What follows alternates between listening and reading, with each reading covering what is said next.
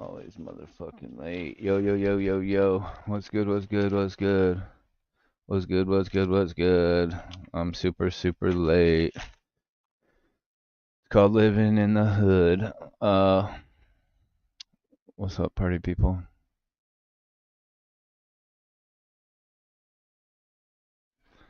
Just, give me 1 second to send the link to my boy. We got Big O Gaming, Otis Ent. Whatever name he's going by today, going to be stopping by the channel, I believe, unless I've completely botched things. You know, when you live like right down the street from stuff, you think that you have time to get up and get back home within a matter of a couple of minutes. You don't. You don't, bro. Some retard always fucking got to do something to fuck shit all up. So that's why I'm late, chat. I should have been back with plenty of time to be on time for my stream, and no, it's not how the world works. So I apologize for being late, but I'm here. We're gonna get to it. What up, Midmo? Thanks for stopping by. It's crazy that you're here. You're never here any other time, you boner.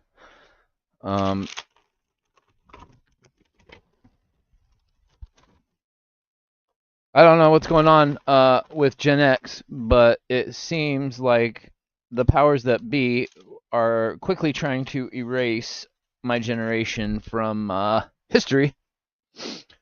They're trying to get this Gen Z fucking world running by AI bots agenda. They're trying to get this going in full gear. Hashtag boner is right.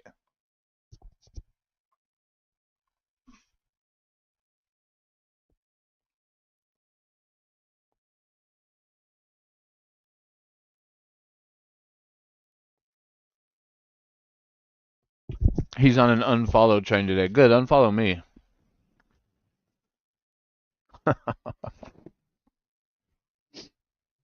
Unfollow me, you mark.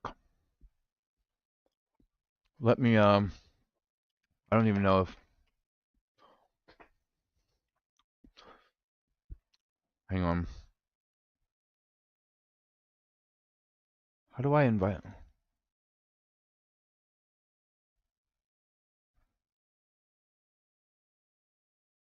How do I get Otis up in here? I thought I invited him.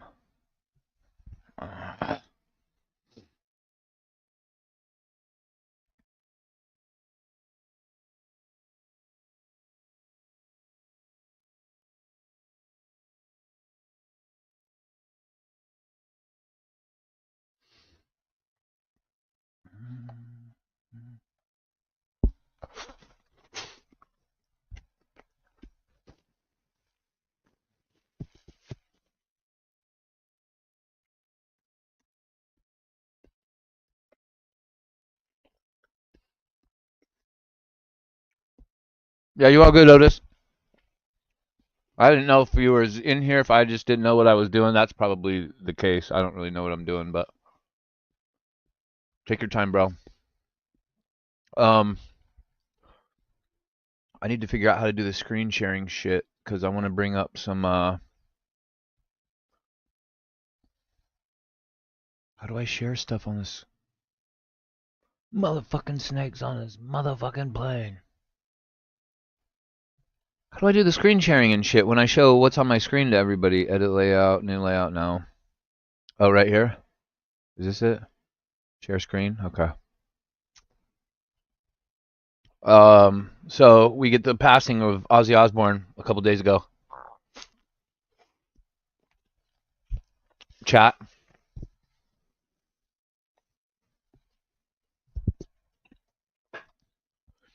When I tell you, as a kid who grew up in a super conservative home, very religious, there wasn't a lot of, I wasn't exposed to a lot of controversial content, I guess is what you might want to call it. Get your beverages, People, by the way, if you ain't got one, I got a Liquid Death Cherry Obituary. So we're gonna try that one out today. I haven't had that one. Um, but as a kid that came from a super conservative home that was pretty much like a Disney home, bro. Like there wasn't really much anything in the terms of like the worst movies we could watch were like PG movies, bro. So with that being said, the fact that I didn't grow up listening to Ozzy until I hit pretty much high school, um, I'm still not recovered from the news of his passing. This has been stuck with me for the last number of days, and I think that I didn't even realize, like, it's not like me. My mom used to listen to. My mom had a really musical ear. She liked all types of music, and when I got into like grunge music and hip hop music and stuff back in the day, um, it was really funny to see my mom, like when I would listen to Tupac or whatever, and my mom would be like, "Oh, who is this? I like this guy," and I'd be like, "What?" Right? So my mom was a cool mom. She was always like trying to listen to the music I was listening to and stuff once I got to high school and we got away from the strict rules of the religion and whatnot. And everything balanced out and we became more of a, like normal family. I mean, we were a normal family. My parents were just, when you're mind controlled by a cult, it's hard to snap out of that. But thankfully my parents did. And, anyways, my mom would, listen to my music from time to time, and it's not that I like have direct correlation or like direct memories of my mom because of Ozzy's music, but the lyrics of his songs, like "Mama, I'm Coming Home," obviously. I think Ozzy had so many ballads where he sang. He had a lot of emotional songs, and for some reason, Ozzy Osbourne reminds me of my mother, and so when he passed the other day, I mean, I cried multiple times. I'm not gonna lie, chat. I cried multiple times. I felt sick to my stomach for the last couple of days. I just feel like I'm in this funk. And then today I get on Twitter earlier, just like an hour or so ago, an hour and a half ago, and I see that Terry Bollea, a.k.a. Hollywood Hulk Hogan, the man who's pretty much responsible for everybody in my chats becoming a fan of pro wrestling. And I don't give a fuck what anybody says. You can be a fan of the guy. You cannot be a fan of the guy. You can be a fan of the wrestler he portrayed, whether he was Hulk Hogan, whether he was heel Hollywood Hulk Hogan. Um, Whatever your thoughts of him are ethically, professionally, Terry Bollea, the person, Hulk Hogan, the character. If there was no Hulk Hogan, none of us would be friends in this moment. Hulk Hogan is single-handedly responsible for being the look, being the voice, that iconic image that if you were a Gen X or a millennial, you grew up with the image of Hollywood Hulk Hogan dominating pro wrestling. That was the guy that drew everybody into pro wrestling. Um, there have been a lot of legends come and go, but in terms of the guy that was the face of the WWF when WrestleMania was created and it hit the mainstream was Hulk Hogan. And without Hulk Hogan, there's no WrestleMania. There's no WrestleMania 42. There's no WrestleMania. There's no two-night SummerSlam that we're about to have. There's no Attitude Era. There's no WCW. There's no professional wrestling as we know it as sports entertainment today. Yeah, there was pro wrestling before Hulk Hogan, and there would probably still be pro wrestling. But in terms of an entertainment basis and the level that it's on globally and what we watch multiple times weekly for hours on end, we don't have that without Hulk Hogan, chat. And so regardless of your thoughts and feelings of him as a person, today doesn't really matter. Like I said, I wasn't the biggest Hulk Hogan fan. He definitely wasn't my favorite wrestler growing up. And I'm shocked and I'm stunned that He's gone, and I believe it was Bubba the Love Sponge reported a couple weeks ago that he had sources saying that Hulk Hogan was in bad health, but obviously because of all the drama over the years with them and stuff, everybody just kind of dismissed it. I think no one took it seriously. I know I sure didn't. Um, Come to find out, I guess the rumors were true, and he was having complications. I think due to one of his latest surgeries. You got to remember, chat. Like Hulk Hogan's been carved into like a Thanksgiving turkey. He's had like over 30 surgeries, I think, and that's crazy that he's my dad's age. He's actually a year younger than my dad, and my dad looks about 20 years younger than Hulk Hogan did. Um,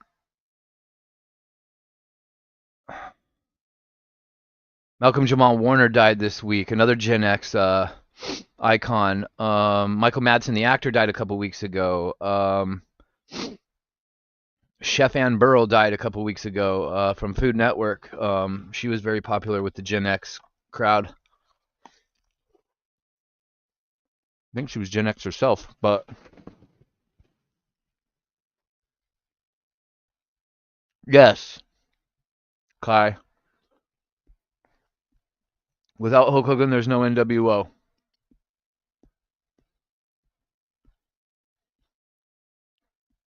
Midmost Mark says his contribution to the wrestling business. Oh, god damn it. Sorry, Otis. My bad. Otis is sitting there going, you fucking jobber. I've been sweating my ass off. I didn't even think to look over on the left side of the screen. I wish everything was closer together because you miss stuff, you know? You're looking over here to your chat and you miss homie waiting to get in the box on the left. You're just sitting there. So Yeah. sorry. Yeah, it's all good, man. It's all good. I was just here. I was just sitting here listening to you, man. And you're, Chat. uh, you're, Big O. you're. Otis Hint. What's up, Big O y'all? Gaming in the What's going building. on, everybody? I needed some support I'm today, trying. bro. I'm Thank trying to you keep for I appreciate you coming up here because I was like, who's gonna come up and go? Nobody will come up and talk to me ever when I go live for whatever reason. And normally it's not a big deal, but I'm like, if I catch another, if we get another death from our childhood in the next couple of days, bro, like I've had enough of death this year, dog. You know what I'm saying? Like too many people are getting wiped from our era are getting wiped off the map it way too comes in quickly. threes. It comes in threes. This one feels like it came in 5 because, like I said, we got actor Michael Madsen, then Chef Oh, Ann Burrell, then we got Ozzy, then we got Hulk Hogan and yeah, Malcolm Jamal Warner. So that's 5 in like the in the last month. I read something earlier that Phil Collins isn't in good health. I'm like, I don't even yeah, want to, dude. yeah. I grew up listening to Phil Collins. So if I'm gonna cry for like 3 days over Ozzy Osbourne when I didn't even get into Ozzy until I was a late teenager, Phil Collins, if anything happens to that dude, I'm going to probably disappear for at least a week. I don't know. I'm just so connected to music, bro, and So the thing, music and wrestling. I don't know if anything. so I don't. like, I've had family members pass away, Otis, that I don't even get as sad about sometimes right. when like a favorite musician or a favorite wrestler passes away. You know what I mean? Somebody that I grew up watching oftentimes will when they pass will bring out more emotion than a family member that I only faintly knew or knew when I was a kid or you know what I'm saying? So like Right. I just saw that news and I saw the headline and I was like Hulk Hogan dead. I was like, okay, who's bullshitting? Someone's trolling. And then as soon as I Right. refreshed my feed, it was literally ping, my whole feed was like Hulk Hogan dead, Hulk Hogan. You got Robert Griffin III tweeting rest in peace Hulk Hogan of all RG3. people. You know what I'm saying? Yeah. RG3. Otis, speak your thoughts on the passing of on Hulk Hogan and what he his legacy. Because none of us knew the guy personally, you know what I'm saying? And regardless of whether you believe he's a racist or not, you can't really deny it because he said some pretty fucked up shit over the years that went public. Regardless of all that, we're all not here as friends, congregating on a monthly basis, on a weekly basis, to do the thing that we love to do and analyze, which is professional wrestling. None of this, we're not, none of us is doing any of this without Hulk Hogan. Speak your thoughts on him, bro. The floor is yours. Hulk Hogan. Yeah. Hogan. So you mentioned it earlier, and I heard your opening statement as far as when it came to Ozzy, and like you, I didn't get into Ozzy Osbourne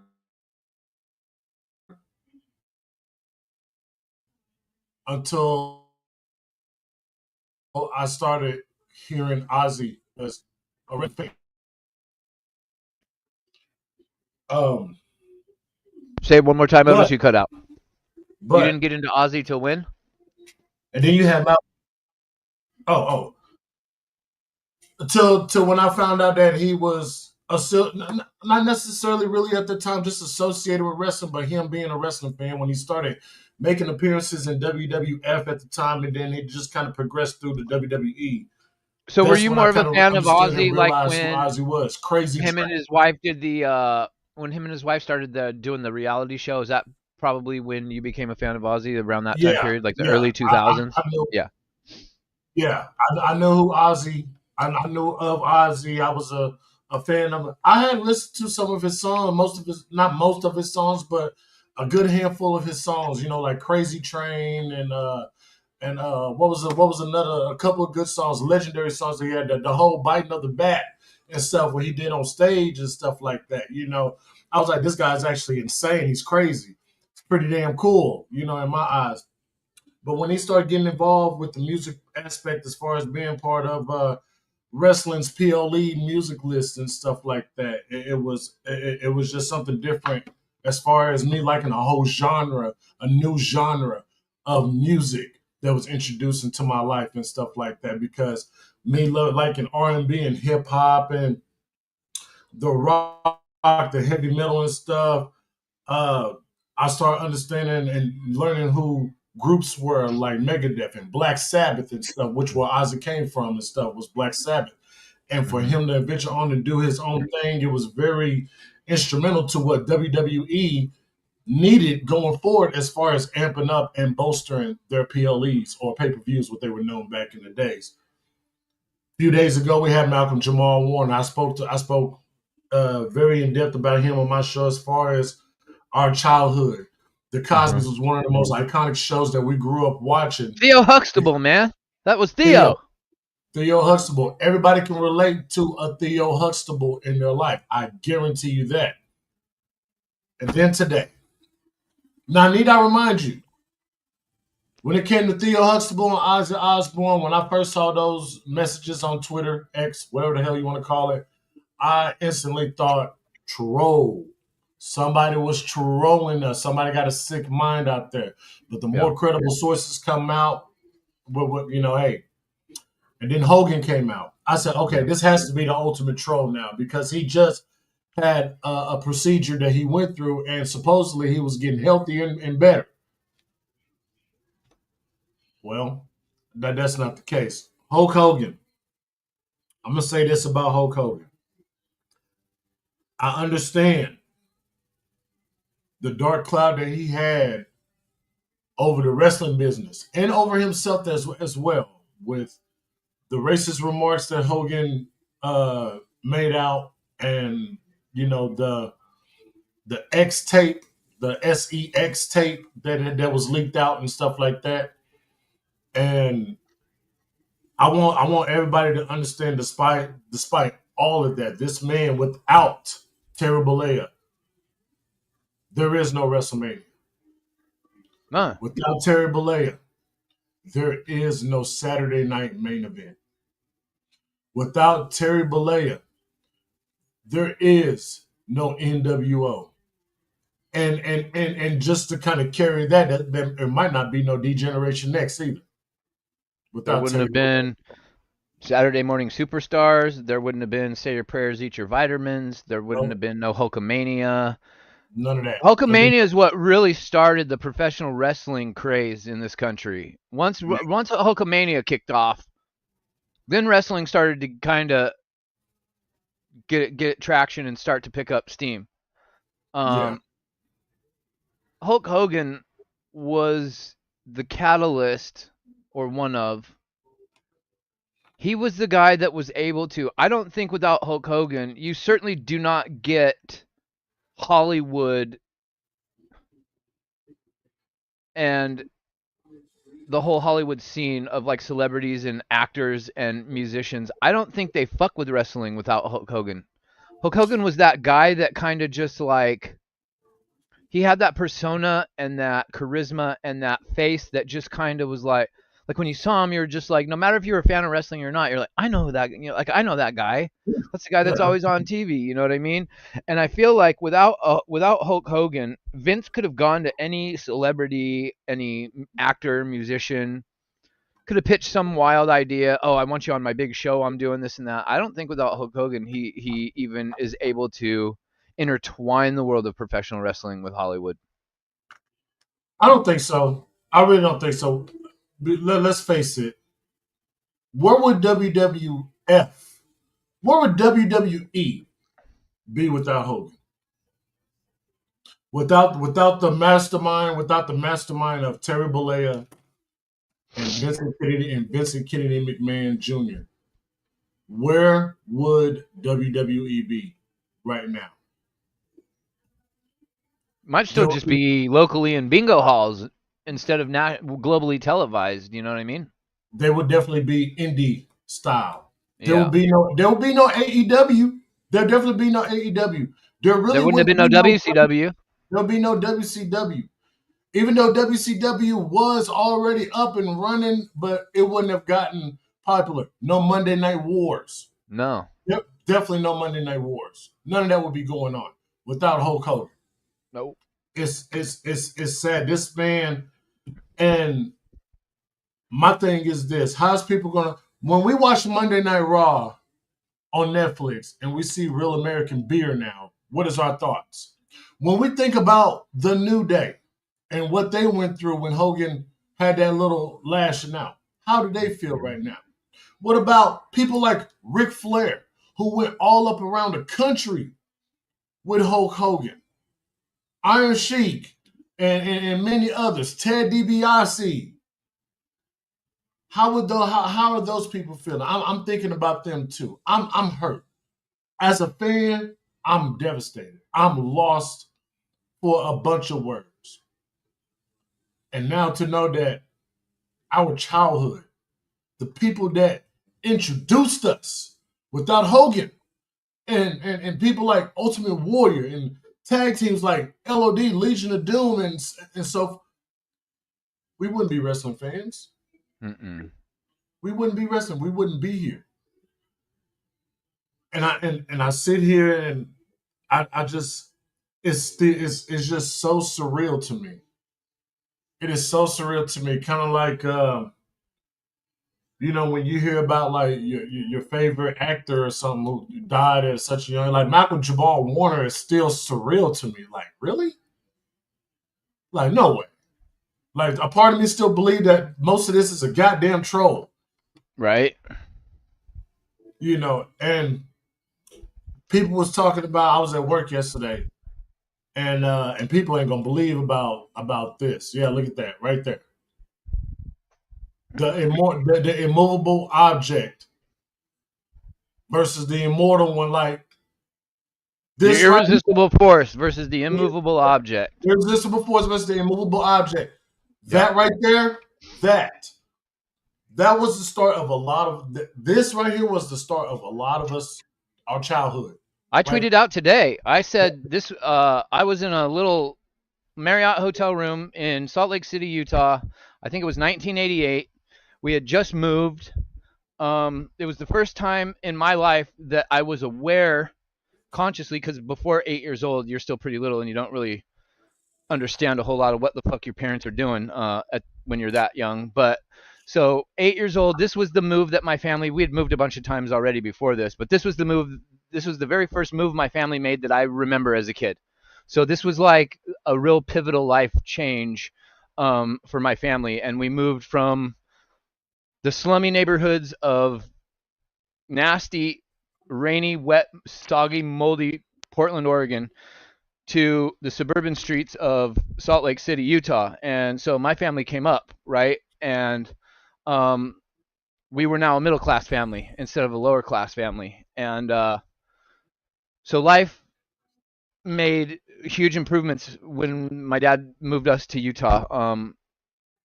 I turn on the TV. It's our first night in the hotel room. I go to turn on the TV, and boom, this is literally the image that's on the TV screen because they were showing like they were running some like loop of like vignettes of the pay per view coming on for the weekend, right? And so they were showing the Hulk Hogan promo. They were showing the backstage with Mean Gene Okerlund and how when Hogan faced off with Andre backstage and they were yelling at each other. They were showing all that Yeah. stuff on TV. So With this Bobby Heenan. image, yeah, With and this Bobby Heenan. Yeah. image is the first image of pro wrestling I ever touched my brain or my eyeballs. And when I turn on the TV, I see this image of these two dudes, and I see Hulk Hogan. He's cutting a promo. He's screaming. He's all fucking, jacked and all oiled up, and just arms the size of like my dad's legs. And I'm like, who is this? What am I watching? Right. And from that moment, I saw that image.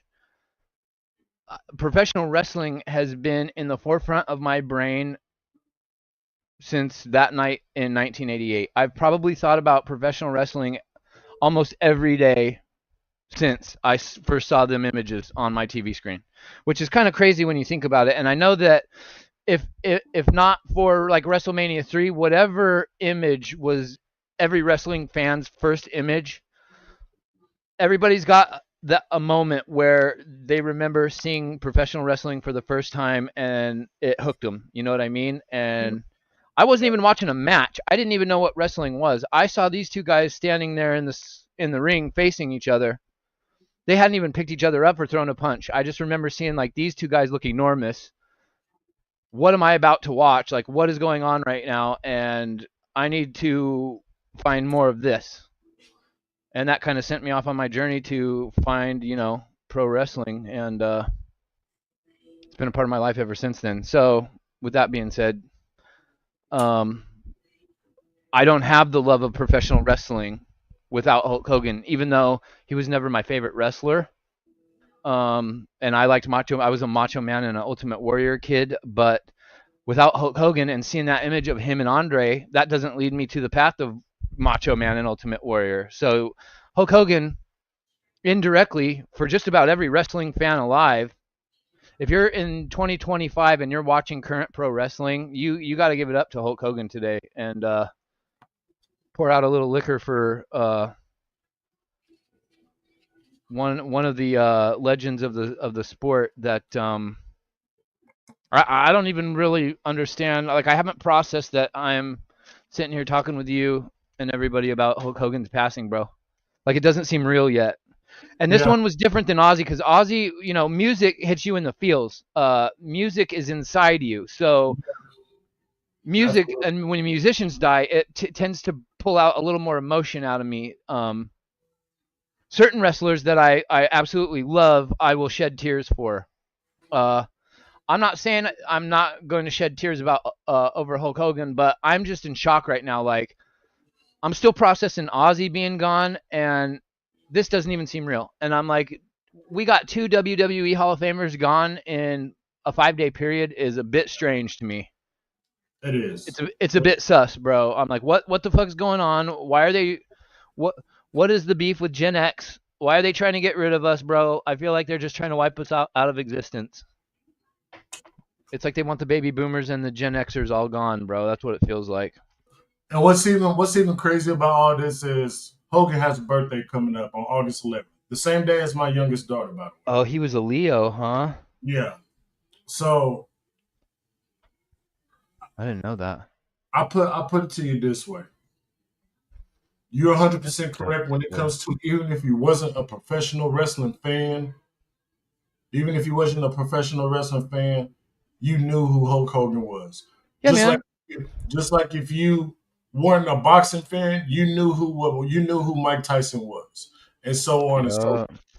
Yeah. And and Mike you know Tyson's what? still alive, though. Just want to clarify that, chat. Mike Tyson's still with us. Yeah, Mike Tyson's still with us. And you know what, Yuri? We just kind of went over what Hogan went through with the minor neck surgery and stuff, and he was supposed to be great, but unfortunate circumstances happened. Now we got to start. And I mentioned this before when we lost Virgil, when we lost um, when we lost who was it? Terry Funk, and we lost Virgil. I said this. I said we need to give the legends who are here their flowers now. Yeah. Because whoever is not in the Hall of Fame that should be in the Hall of Fame, they need to be under heavy consideration of going in the Hall of Fame. Scott Hall is another one. Sabu Mhm. was the one. Sabu never Look, got his flowers, really, and to be honest. Sabu never got his flowers, Mm-mm. and that's the issue right there. The Warrior, he got his flowers literally 24 hours before he passed away. Put that in perspective. That's scary. And now we got Warrior, when you think about it, Warrior's one of the only guys that was able to actually come back and patch his beef with Vince and yeah, get his flowers. And and yeah, and and when you think about the timing of it, it gives me goosebumps to even talk about the Warrior and that whole situation yeah, because I mean, he literally comes back. They do the net or not Netflix. They're on Netflix now. They do the yeah, documentary of the Warrior. Uh, they tell him he's going to be inducted in the Hall of Fame. We get the Hall of Fame speech that Saturday. The induction. We do WrestleMania. They put him on the stage for WrestleMania that Sunday. The following Monday, we get that epic last promo from him, and then the following morning, he's dead. When yeah, that shit happened, I was like, the timing of this it cannot be real. I'm like, he either knew he was dying in 48 hours, or and they rushed to get him like that was his final like make a wish, right? And they right, granted it. I felt right, kind of the same with Ozzy. He just gave that final concert 2 weeks ago, and then he died, right? And it's like we didn't pay attention to the rumors of Hulk Hogan because of everybody's personal feelings about Hulk Hogan. right.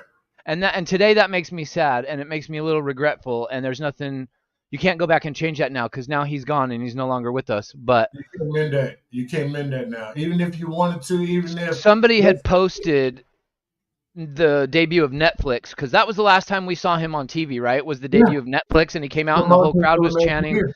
What was the crowd chanting to him? Shut the fuck up or were they chanting fuck you Hogan? LA was chanting something nasty to him. Yeah, they And were going in. They were going in, and I'm pretty sure LA they might feel shitty about that I, because it's I, I like feel I feel yeah, man. I feel like damn, I wish we would have acted better. yeah. Here's what I want to say. Here's what I want to say because I want to go. I want to go through some things that Hogan has done to kind of help propel this business into a different atmosphere here in a minute. But Hulk Hogan and like you, I wasn't a diehard Hulk Hogan fan. I was a Hogan fan, but I was more of a Warrior. Ted, Yeah. I was Ted DiBiase, uh, Yeah. the Legion of Doom and stuff like that. That's why I Yeah. was Macho King, Macho the heel King. Macho Man. Ooh, yeah. The heel Macho Man was one of my favorites. Yeah, goaded. But I look at all these people, and yes, Yuri, we got to we. It's time for us to look out the Jr. Y'all. It's time for us to watch out the Jr. Man because everybody's having these procedures, then killing over after that. I don't want that for good old Boomer Sooner himself, my boy Jr. Jim Ross. Now and Guardian said when he was 22, he saw Hogan win the championship. Holy shit. We 22, we got to okay, protect Guardian. That's what we got to do. and that right there says a lot. Look, Hogan has had many names. We know Hogan as some of us know Hogan as Thunder Lips. Okay, all right. Oh my god, Thunder Lips. Somebody, Holy some of us know fuck. Hogan as Thunder Lips. All right. I can't believe you just did that. The We guy's know, body is still warm, bro. man. I know, but hey, Thunder Thunder Lips was Lips. How hey, could you? he was Disrespect. hey, Rocky was awesome. Rocky 3 was awesome. That's all I got to say. But no matter what, despite of the red and yellow that he wore out to the ring and stuff, I love the Hollywood Hogan. Hollywood was my favorite, bro. Like red and yellow's iconic. It got me into wrestling. I remember punching air and swinging at my TV screen, like I love because the Hollywood Hulk Hogan. Hogan would win every fucking match, so it didn't matter. It didn't matter whether he was fighting a good guy or a bad guy. He won every fucking match, which is why I didn't like him. And but then he got to WCW and they did the NWO thing, and that's when everything in wrestling changed, bro. Yeah, And he's responsible for that, and you can't take that from him. That's you just can't. the reality of the situation. So if you don't like it, suck it. You know, not you, but people in general. Hogan was one of the first people to actually leave Vince McMahon in his ways. Because even back then, Mm-hmm. Vince McMahon was slimy. And he went in. Mm-hmm. Basically, Hogan was probably one of the first wrestlers to go and bet on himself. He went into acting. Didn't he sue Vince McMahon over the whole steroid thing, or wasn't he part of some lawsuit against Vince with the He steroids? testified. He did testify. I Yeah, he remember snitched. we covered it. I remember we covered it on my channel with the Vince McMahon story. He did testify against Vince, which It's really crazy.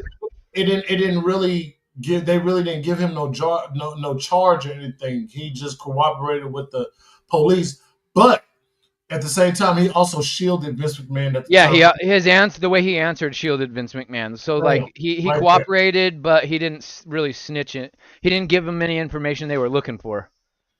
But this is such a terrible week. It's awful, Losing, bro. well, it's just a terrible month. Losing five iconic names in the business, the wrestling, the food industry. We losing everybody, man. And you're right. It is pretty much the Gen X people. I You this know, I this is was why I talking about always this with my sister the other day, and she was like, "I don't remember growing up like our parents never ever mentioned so many people from their childhood dying." And I said, "I think a lot of it is because we live in this digital media age where news spreads globally within seconds. I think when I was a kid, we had to read it in the paper in the obituary that somebody died, or they had to put it out on the 5 o'clock news or the 10 o'clock news. That was really the only way you got in, or on the radio. That was the only three ways of information. Like that was yeah. you couldn't just type something, put it on the internet, hit send, and then within 10 seconds the whole planet can read it. You know what I mean? Yeah. But it does seem weird. I don't remember. It does feel like lately, within the last, I'd say, year or two, I feel like there's been a lot of death, a lot of high-profile death going on, and I'm just like back to the whole point about a couple weeks ago. Shout out to my friend Earl Cole because on his show, The Wrestling Experience, he was talking about Bubba the Love Sponge reporting that Hulk Hogan was supposedly in bad health, and nobody was believing what this dude was saying because of the whole beef with him and Hulk Hogan and their whole affair with his wife and that whole scandal from back in the day. But he kept saying Yeah. he had sources that were more than credible, saying that Hulk Hogan was not in good health, and nobody really ran with that story. Or I think people inquired, but like I read something today where Jimmy Hart was asked Oh, somebody Jimmy asked Jimmy Hart. Hart about Hulk Hogan like Jimmy last Hart, night, man. Damn. and I feel bad. he Oh, I'm turned sorry. he turned a blind eye to it kind of and dismissed it and said that Hulk was doing great. So clearly something was going on behind the scenes that they didn't want the public to know about with his health. Because why would Jimmy Hart last night say he was good and then he dies and then Hulk dies this morning? You know what I'm Yeah, saying? Like that's crazy. I think they were just trying to prevent the media circus from happening and like a bunch of paparazzi and shit showing up outside Hulk's door, to try to figure out what's going on. I think that's why Jimmy Hart was lying about Hulk's condition. Um, you just had that tweet from his ex-wife Linda a couple months ago, and how she was going on that rant, probably not sober. And she was going on and on about kind of disparaging Hulk Hogan, and I don't know, man. I'm just thinking about even the way I've acted toward about Hulk Hogan on social media over the last couple years and stuff. When you get news like this today, it makes me wish I would have been a better person. You know what I mean? Yeah, Like you because don't have to be the fan of somebody, but you got to remember at the end of the day, he's a person too, and he's got friends and family. He's got kids. I don't know, grandkids maybe. There are people that feel the way about Terry Bollea, that feel about us, when it comes to our friends and loved ones that we have that would be sad if something happened to us. So sometimes it's hard to get caught. It's easy to get caught up in the whole oh, they're just celebrities, and they don't have anything to do with our everyday, real, normal lives. So who cares? But I don't know, man. I'm really sad. I'm really sad to get this news today about Hulk Hogan because, like I said, he's got a legacy in pro wrestling that's literally untouchable, and wrestling has done so much in the time that he's been a part of it and gone on to retirement and stuff that you can't just erase. You can't erase Hulk Hogan, no His matter what you history, think of him. his history. He's part of history. It's impossible to erase him. People try to erase him and discredit him for this and that. Before I came on live, I was just scrolling through Twitter, reading some of the responses, expecting a nice little turnout of "rest easy, rest in paradise, brother," this and that. And somebody said he probably would rather be he probably would have want to be cremated since he never was buried. And I was like, dude, Damn. that's a low ball move, bro. That is a low ball move. You're not even thinking about the person. You're thinking about the wrestler. And it's great. If you want to talk about the wrestler, why not talk about his accolades? Hogan was. We have a lot of people, like we sit here and we talk about people like Oscar. We sit here and we talk about Penta, how they were Hmm. champions all up. Hogan is the same way. Former IWGP heavyweight champion, former IWGP League tournament champion. Back when he was tagging up with Antonio Inoki, he was a tag league champion, and then he was a six-time WWF champion. He was a tag champ. Remember, he was a tag team champion with Edge on Raw. He was a tag team champion with Edge. He's a two-time Hall of Famer. Um, I mean, where would he He go was in? he was part of the first. He was part of the original Forbidden Door.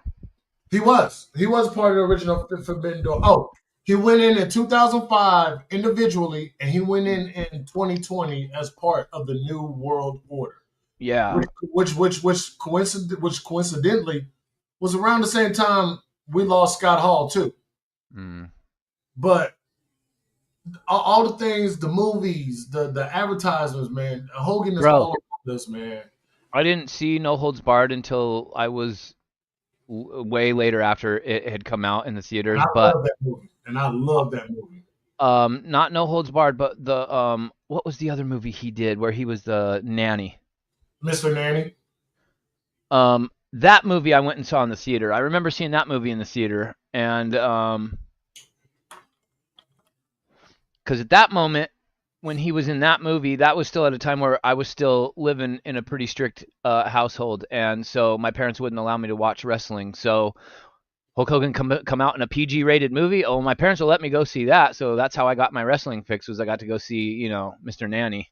Yeah. Um, I would do whatever I could to get just glimpses, screenshots, magazines with their picture. Anything I could do to get any kind of my eyes on any kind of pro wrestling content back then, I would do. What's up, Eddie Foster? How you What doing, up, broski? man? Man, what's up, everybody, man? I'm still trying to just catch up with my thoughts and process everything that's been going on this week, man. Man, just keep contact with people you care about, people you love, man, because you have no idea what's going to happen the next day, man. That's why I always try to push positivity and just care for one another, man, because man, like stuff like this that just happens in a flash like that, man, life is it may not be short, but life is quick. All right. So, like right now, think about it. We're about to pretty much be done with July here in the next couple of weeks. Matter of fact, we'll be done with July A next. week. Yeah, next week we'll be done with July. SummerSlam is Saturday next week. Didn't we just have 4th of July like 3 days ago? I swear we did, bro. It felt like 3 days ago. What the fuck It is felt going like on, dude? WrestleMania was still a month ago, Hooli. It felt like That the Thunder hey, just well, won the well, championship 2 weeks okay, ago. but to be fair, it only feels like WrestleMania was like 2 weeks ago because we're about to get another 2 night. So we're about to You get know what I 2 night mean? SummerSlam.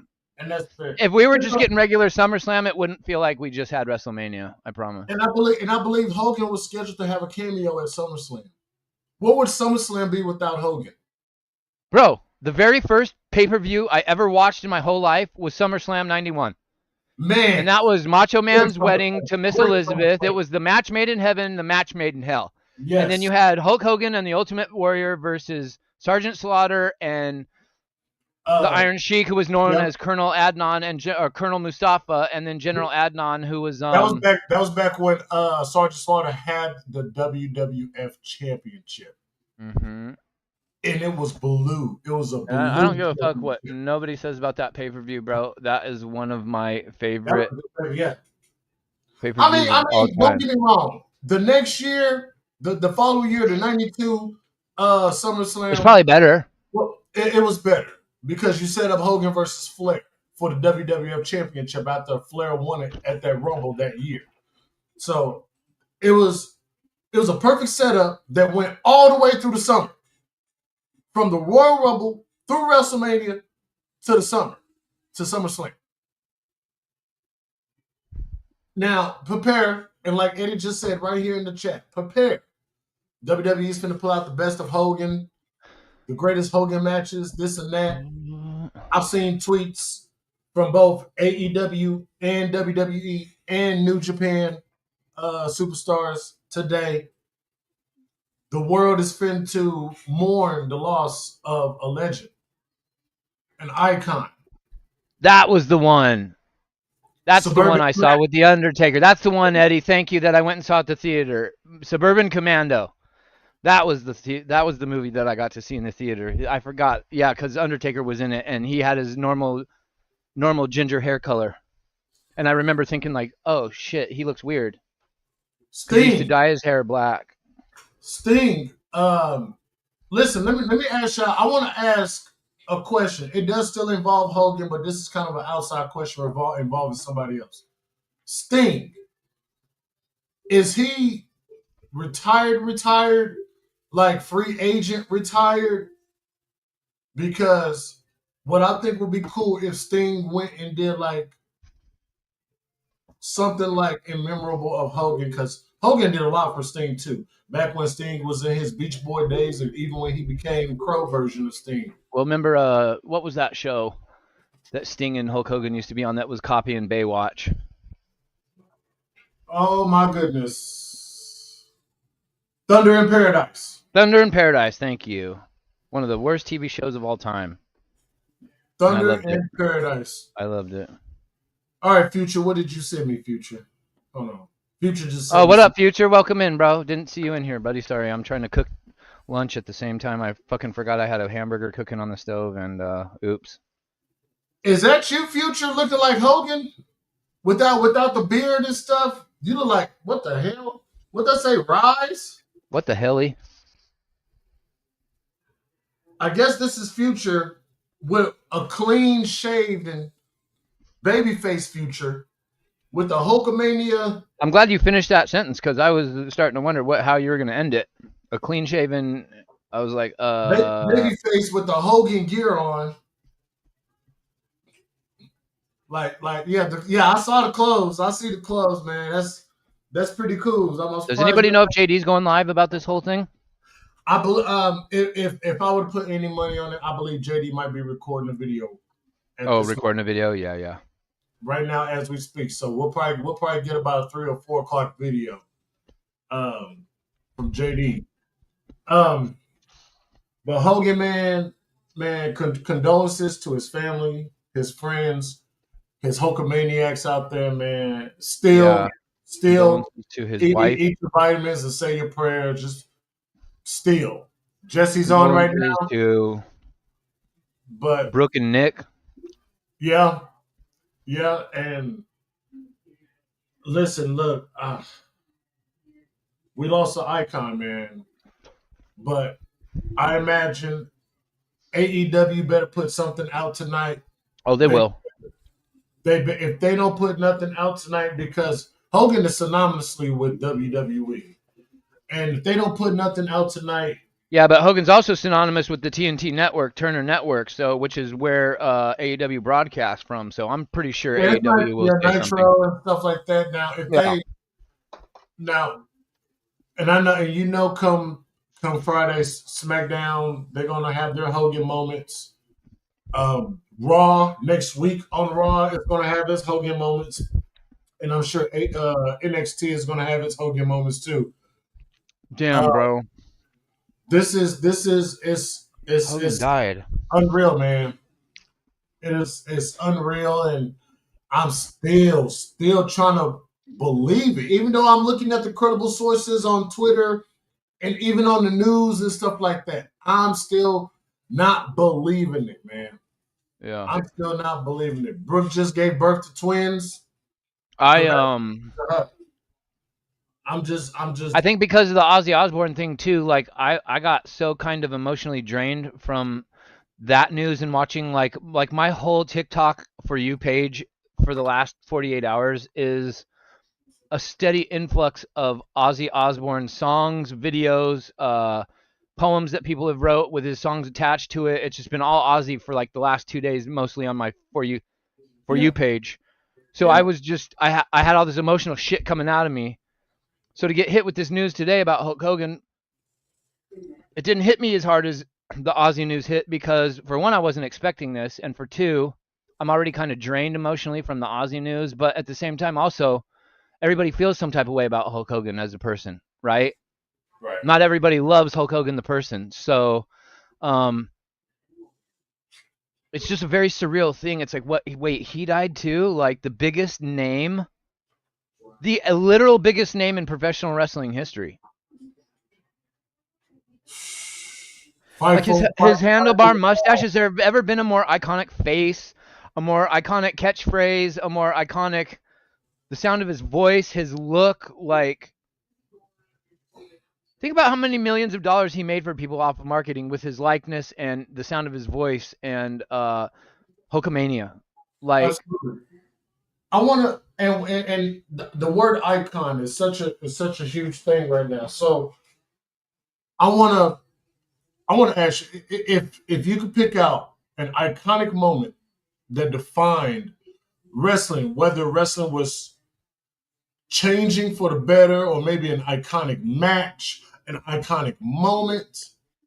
It's so many that Hogan was involved with. I know, bro. You can talk about Hogan and Andre. You can talk about Hogan showing up at Bash at the Beach to become the third member of the NWO. You could talk about WrestleMania 18 in Toronto, Rock, Hogan. You could talk about the moment where Hogan and Edge won the tag team championships, You can talk about the finger poke of doom.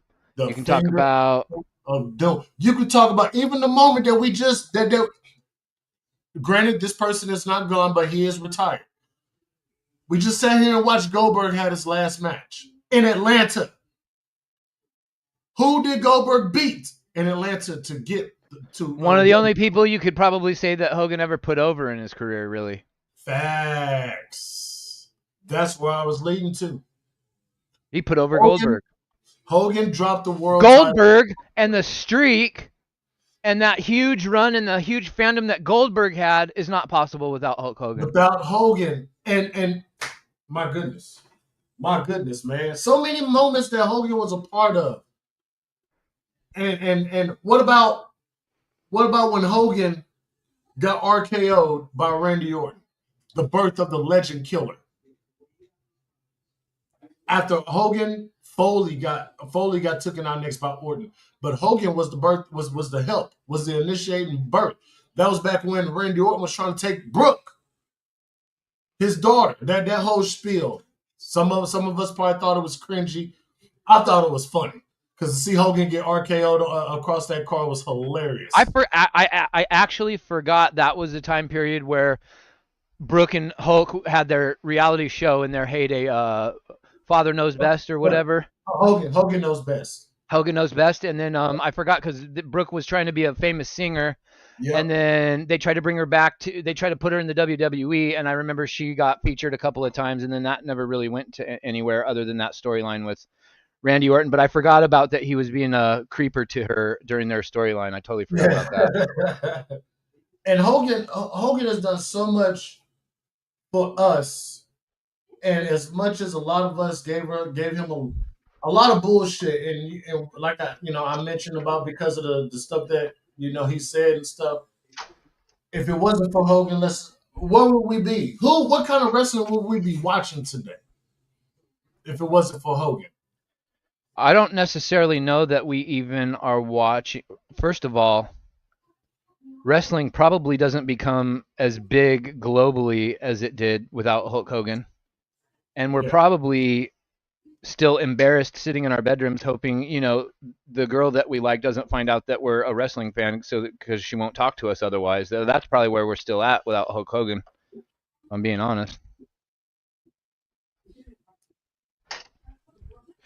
He was one of the guys that made it like socially acceptable to like, talk about being a wrestling fan, to your friends without being embarrassed anymore. And Tony Schiavone just tweeted. Somebody said, "Sorry to read about Hulk Hogan today. I'm thinking he was a longtime friend of yours." Tony Schiavone said, "Longtime friend, no. Coworker, yes." I was surprised at that tweet. Yeah, I'm kind of surprised about that too. I thought Hogan really got along with everybody he worked with. Well, Somebody tweeted a picture saying that the Mega Powers are once again reunited, talking about yep. Macho Man and Hogan. And Yep. this right here, Who else is he reunited with? Andre. Him and Andre can have another epic battle. The irresistible force and the immovable object. Him and the Iron Sheik is probably pissed right now that Hulk Hogan's already gotten up there. yeah, Iron Sheik probably. was probably just like, damn it, I was trying to be up here without you for a little while longer. Fuck you, Um, Hulk Hogan. Roddy Piper, Mm-hmm. Hogan and Piper, They had a pretty epic feud. yeah, Piper, it was Mr. Wonderful Paul Orndorff and Roddy Piper at Mm-hmm. WrestleMania 2, I believe, against Hogan and Mr. T. Oh yeah, Mr. T. Holy shit. Yeah, and I know, man, I hope Hogan. I mean, not Hogan, but I hope Mr. T is doing all right too, man. Because my goodness, man. Dustin Rhodes, Cody Rhodes' brother, just tweeted out says hospitals truly kill people. I really do mean that, and Um, it would surprise me too. Oh, and Vince McMahon just issued a statement, ladies and gentlemen. Go ahead, Julio. when my mom got sick, before she got diagnosed with cancer, um, she was in the hospital. I want to say 2019ish, 2018ish. So it was a little bit before COVID. Mm-hmm. She went into the hospital for some routine test. She comes home, she ends up getting really sick. She ends up having to go back to the ER. She's in the ER for like a week. She almost dies because she got sepsis in her blood, right? She got sepsis from the filthy ass hospital room. The Dustin Rhodes is not lying. Like they do not. You Yeah, think that hospitals are like where you go to heal? some people Hospital, go. they don't Yeah, clean. They don't clean the hospital rooms. Like they don't. they'll change the sheets and they'll like spray some disinfectant on some shit. But if you look under the beds, if you look in the if you lift up the mattress off of the bed frame and you see all the years of dust and dead skin cells and it's gnarly, bro. And Yeah. people be getting staph infections from being in dirty hospital rooms. And I thought I read today that, or not today. When was it? Recently, I read something about this whole thing with Hogan and the rumors that whatever recent neck or back operation he had, it went well at first, but then he started to have some issues with it. I think I don't know. There was My whole life it there was probably was. some sort of hiccup with his latest procedure. He was starting to he had like cardiac arrest or some shit like that. I read. I don't know. Yeah, I heard something about that too, like a cardiac arrest too. That's how Hogan went, or something like that. My bro from the Mo, I am no longer in the Bebe chat, so whatever you trying to send me, you gotta send it to my directly to my DMs and stuff. Um, but with all that being said, man, it's just so much. Mike It is Rouse. so much. Vince McMahon. I gotta Go laugh ahead. at this comment. Oh, yeah, CNN reporting it. It's Only one. real because CNN is reporting it. Mike I don't even Rouse do watch better. it. Mike Rouse do better, bro. Vince McMahon report. That's the fake news, dog.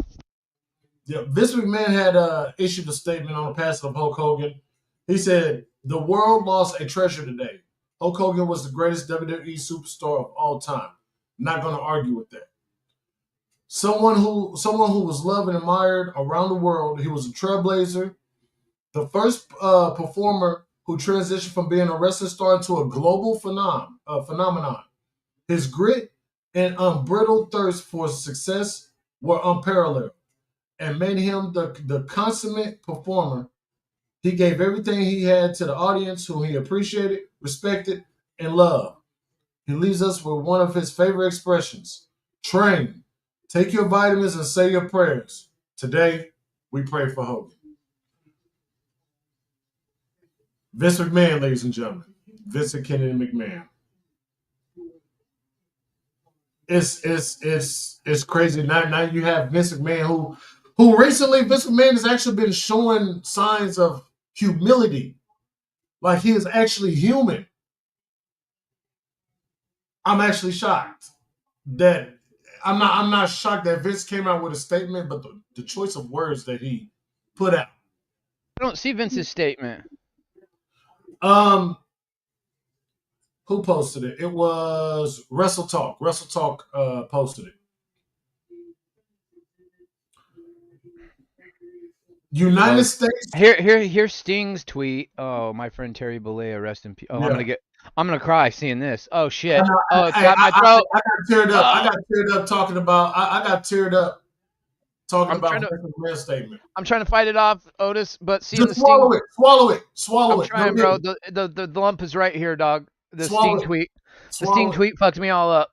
Swallow it, The man. Sting tweet fucked me We're all up. doing it for I'm not Hogan. prepared for this, man. We're doing I it for can't Hogan. go through any more death. I can't I go through know. any I more know. of my heroes. We're healing now. We're healing now. And We're healing. Hogan wasn't really somebody I consider to be like one of my heroes, but he's responsible for my absolute Everybody's childhood. undying Everybody. love of professional wrestling. The one thing I could never shake my whole life was my obsession with pro wrestling, and I have Hulk Hogan to blame partly for that. So, uh, that's I You had usually always see Vince. Or I usually always see his tweets. Oh, Donald Trump talking about. Here's Donald Trump's tweet about Hulk Hogan. yeah. He said we lost a great friend today. The The Hulkster. Hulkster, Hulk Hogan was MAGA all the way.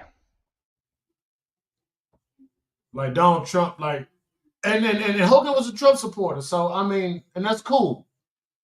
But I didn't think Donald Trump would do that. I didn't think. Brian Alvarez came out and said, if you have Hulk Hogan memories, you can send them to me or the rest of Observer today. They're going to talk about it. They are live right now.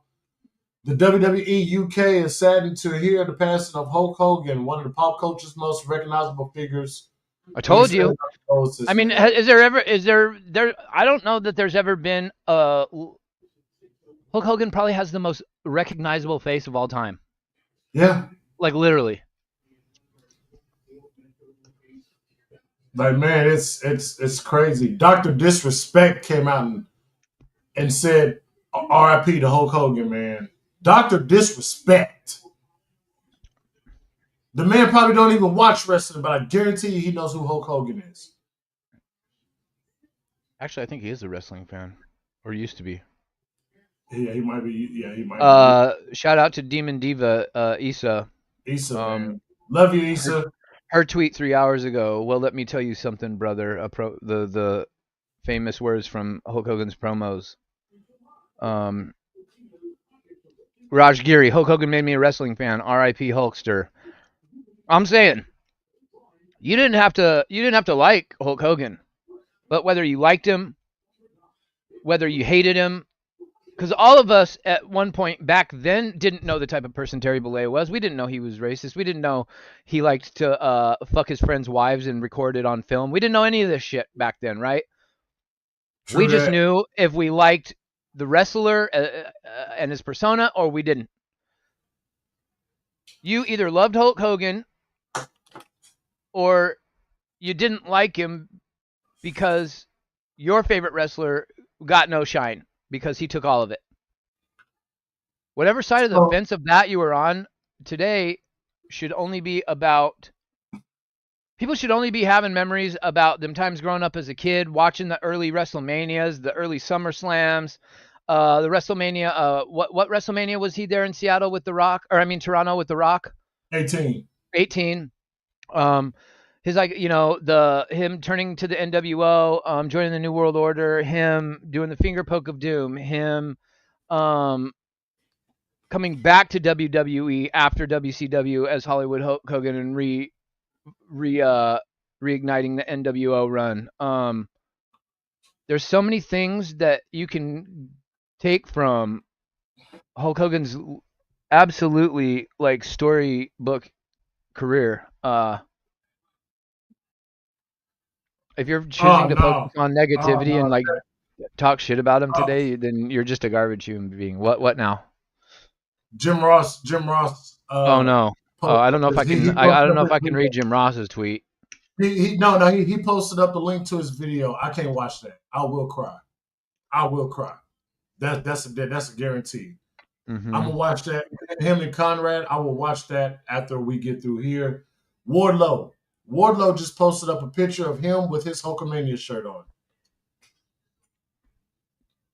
Will Washington has posted. We all know who good old Will Washington is, former WWE creative writer, now with AEW. He's not very He says creative. my relation He Pause. says my relationship with Hulk Hogan is complicated because I was a big Hulkamaniac as a kid, and I mourned that relationship a decade ago. Still, his legacy in pro wrestling is undeniable. He shaped an era and took the business to imaginable heights. And he ain't lying. My goodness, Yeah, they're the pour out. EC3 came out and said something about Hogan. Man, posted a video up, a picture too. There is so many people, and a Yuri. lot of I'm not sure that Jerry Lawler is in any type of condition to even tweet. I don't think he's we not. yeah, exactly. Thank you, Hooli. I was gonna Jerry say that. Lawler's health isn't very good either, from what I understand.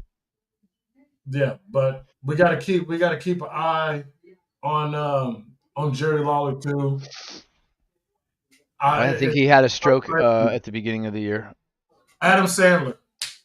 Adam Sandler. Happy Gilmore comes out. Happy Gilmore 2 comes out Friday, y'all. And unfortunately, due to YouTube standards, me or Rob, we cannot live stream the movie in any form or fashion because they'll take our channel down that fast. So we're gonna have to maybe do a review on it after. Adam Sandler just what was it? Yesterday, he posted about Ozzy, and now he posted pictures about Hogan, man. Me and Gene Oakland, the iconic duo, is back. It's definitely back, and it's I crazy. used to live for Sunday morning superstars in the morning because Come here, come when I here, was a kid, come here, the come church here, that I went to had a lot of people, come so here. they'd have to break up Sunday's service into two parts. So Hey, half of the Holy, I'm sorry, congregation. Holy, I'm sorry. Can I give a little happy moment real quick, Yeah. just real fast, guys? I want to just to kind of break the sad spell for a little bit. I want to introduce you guys to two awesome people, ladies and gentlemen. Oh, what the? Aw. I want you to meet. I want you to meet Bray, like Bray Wyatt, but this is Bray, and I want you to meet Bailey. So Bray, What kind so of dogs? Labs? nah, they're massive border collie mixes. They're so cute. Oh my god, they're tiny. They are, and they're very destructive. That's what they are. But these are my babies. These are Yeah, my they're new gonna chew babies. up all your shit. Is what they're gonna do. They've already chewed up my house shoes, so they've already Well, done that. I just better your house shoes than your streaming equipment. True that. True that. They can't reach the streaming equipment though. Thank God. They're not. At least they're not big enough to reach it as of right now. When they get bigger, I'm at to hang all my wires up on the wall behind the computer and stuff. But I just want to show y'all a little happy moment because we've been dealing with a lot of heartache and sad over the past week, man. So a little love, something like this, help. So I definitely want to just introduce the babies to you guys, Bray and Bailey. And Bailey is just too damn cute. She's just too damn cute. And Bray, the only boy out of the bunch, the only boy out of the bunch, and he's mine. But yeah, but we swerving. Okay, y'all go play. Y'all go play. I used to live, back to what I was saying, I used to live because I wasn't allowed to watch wrestling. So for church on Sundays, part of the year we'd go in the morning, and then the other half of the congregation would go in the afternoon because there was too many people to have everybody show up at one time. And Yeah. then halfway through the year we'd flip flop, and then whoever went in the morning for the first half of the year got switched to afternoon. So I used to love when it was our turn to get switched to the afternoon because that meant I could wake up in the morning and hopefully get up before my parents because they would like to sleep in if we had late church, and that meant I could sneak Sunday Superstars on before everybody got up. And I used to live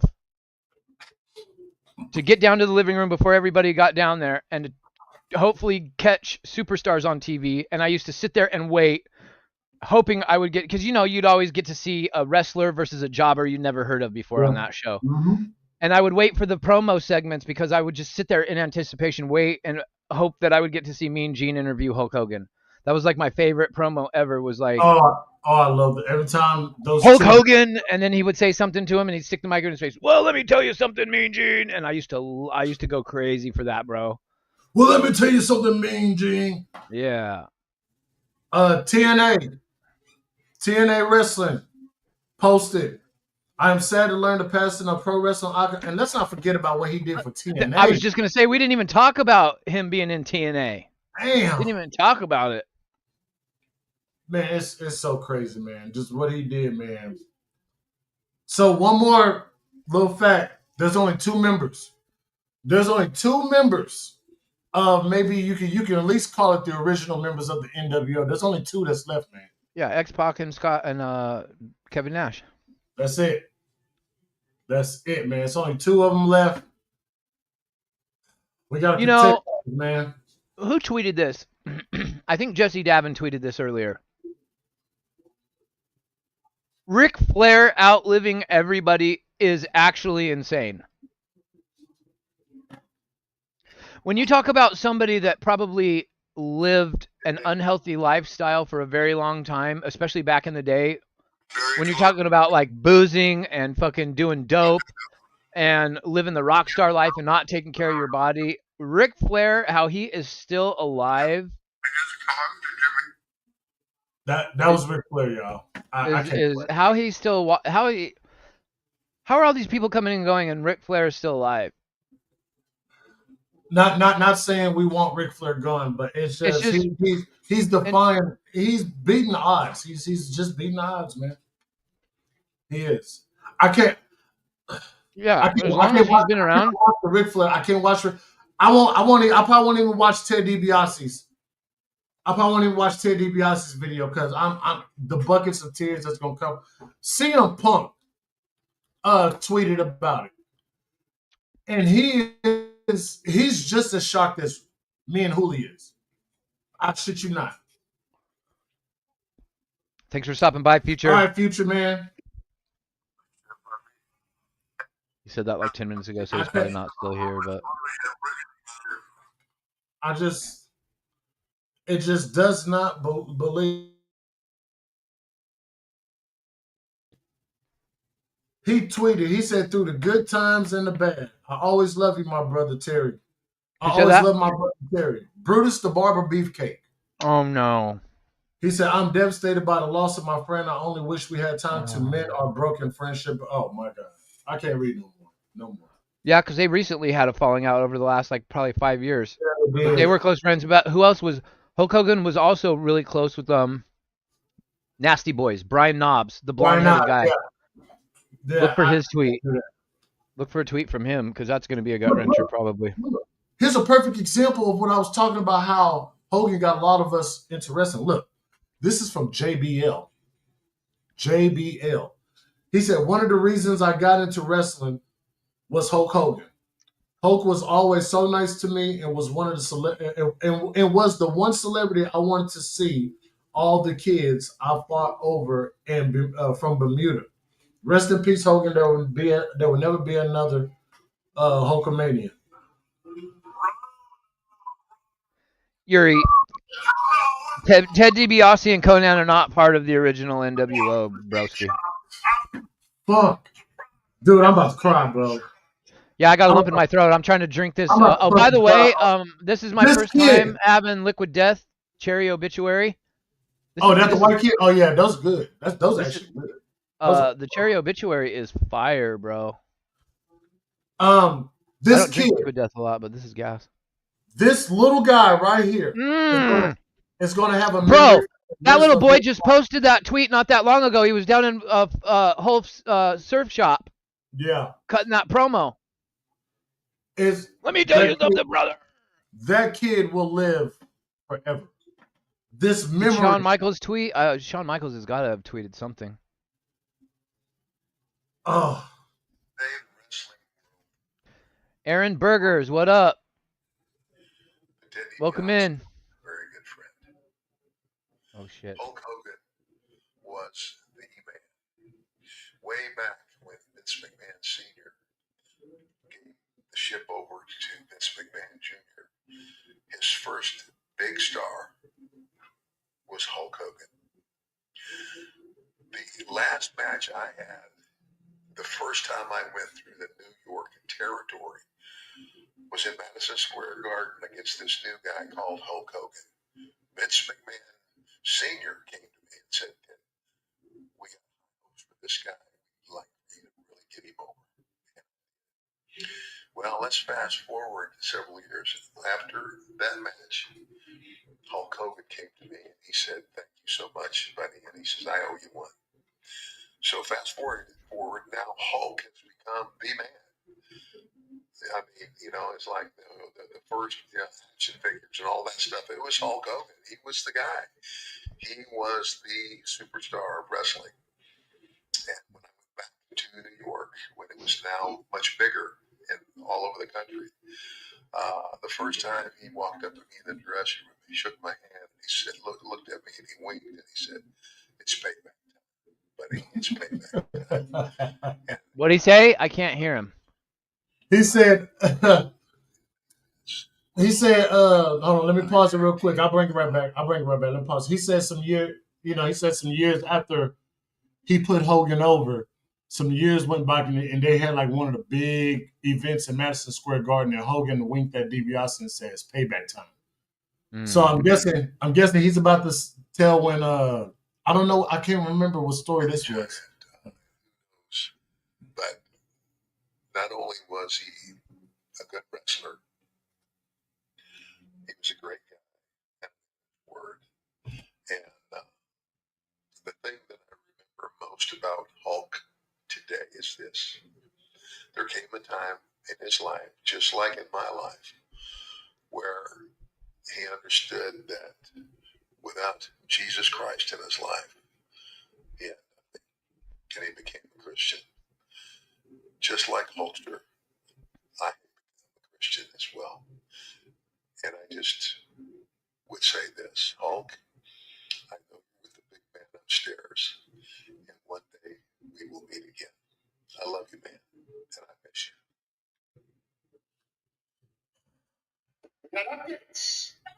That's so crazy, man. Ted DiBiase, man. Hey, look who else reached out. What up, Scripps? Welcome in, bro. Right back. This jobber is trying to, dude. I turned on TikTok the other day, and the very first thing on my screen is a battle, and it's some little Chinese girl battling Ryback. She looked like she was 18 years old, and then Ryback is sitting there like begging his chat for gifts to beat this Chinese girl in a battle. I'm like, this guy's trying so hard. Now he's kissing CM Punk's ass. Now he's kissing WWE's ass. Now he's kissing AEW's ass. Now he's gonna fucking act like he was a big Hulk Hogan fan and shit because he's now. What's up, Scripps?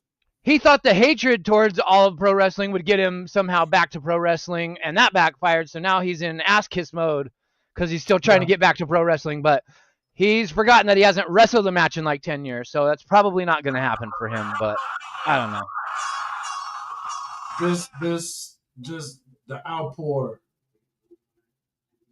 The outpour is And like just I said, this is kind of weird because everybody's emotionally taxed from Ozzy's passing. So I hadn't rebuilt my emotional tank up yet in order if this would have been in like a month or two and then we get Hulk Hogan passing, I'd be a ball of tears right now on stream. But I'm not because I just cried my ass off for like days straight about Ozzy. And then when I got nothing left, then they come in with the left hook. We got fucking what does Tyler Bate call that move? Bop and bing, bing and bop, bop and bam, something like that. bopping, Yeah, they bang, bopped us with fucking bang and bop. bang and bop. They fucking banged us with Ozzy and then they bopped us with Hulkster today. Uh, enjoy the new Fantastic Four movie, Yuri. Have a good time tonight, bro. So here's Hogan's. This is Hogan's last video before he passed. I saw the lines when you were doing like the promos that the fans came out to support the beer. The launch was great. Then Well, the thing with Hogan is he bleached his hair no matter what, and he did the dark beard, so you can't tell if he's actually feeling good. He looks normal. He looks young. He doesn't look 71 there, so it's hard to tell if he's in good health or not. He looks fine, right? But he probably feels like shit. But that's the thing when you dye your hair and you make yourself look younger, people can't tell that what you're going through on the inside. Jake the Snake Roberts. Oh man. I can't read that one, man. Scripps, who can kiss your ass? I cannot read that one, bro. What's up, Aaron, man? Is this your guy? Is this from your stream? I think he was on my stream a couple times. I would like to ask everybody in the chat to name. I don't care if everybody is on the same one. I need everybody to name their favorite Hogan memory. Yeah, everybody in this chat right now. Type your most iconic. It can be a moment you loved, a moment you hated, anything. But everybody's got an iconic Hogan moment, where Hogan did something that either made you love him or hate him. And you know what? This was so funny. 2 days ago, literally the day that Ozzy died, I watched Hogan versus Shawn Michaels at SummerSlam. Yeah, it's so weird because Ozzy obviously being in the WWE Hall of Fame and being a part of WWE over the years, to have Ozzy and his level of celebrity, how big of a name he is globally, pass away, and Hulk Hogan in the same 5 days is fucking mind-boggling. Like the wrestling world got fucking hit with a couple of missiles this week, bro. They got nuked. Hard, man. The wrestling community got nuked this week, hardcore, bro. Hardcore, man, very hardcore. And people was talking because yesterday, like I said, people was talking about because I asked, they come in threes, who's going to be the third one, and I would never thought it would be Hogan. People was telling me Bruce Willis. Some people was thinking, and for a chance, I thought it was going to be Morgan Freeman, man. And my goodness. And Morgan Freeman, his voice is like the narrate. That's the sound that everybody's life is narrated by. Morgan Freeman is Moses. He's God. Wasn't he good? He was God and fucking Bruce Almighty. I mean, that's God right there. Man, and listen, I don't think I'll be far off by saying that losing Hogan is almost losing. It's almost losing a god of wrestling, man. It's almost losing a god of wrestling because Hogan, Jesus Christ, man, he paved the way for a lot of people to become a wrestler, to watch wrestling. Well, it's losing a goat. We've lost 2 goats this week. We've lost one of the greatest of all time in heavy metal history. We've lost iconically the biggest name in professional wrestling history. He's Hulk Hogan's a goat. Whether you put him on Mount Rushmore or not, it doesn't really matter what the opinion of it is.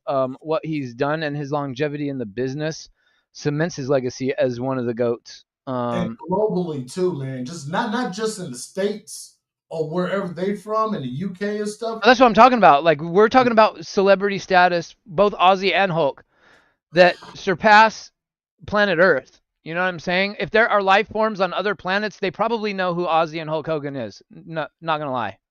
You know, I would love to be a fly in that beautiful palace in the sky just to hear the conversations between Hogan and Bray Wyatt, or Hogan and Wyndham Rotunda, or Scott Hall Well, and I'm Nicholas. gonna knock on wood for you. Go, be careful what you wish for my friend. I don't I'm saying, necessarily know that I had to I mean, put that out I into feel the that. ether, I but feel that. But just imagine the wrestling matches that's going on up there, that's going to happen up there. The conversations with all these former oh, wrestlers. I'm sure Iron Sheik is pissed off. I'm sure Iron Sheik is already chasing him around, trying to hit him with a kendo stick or something.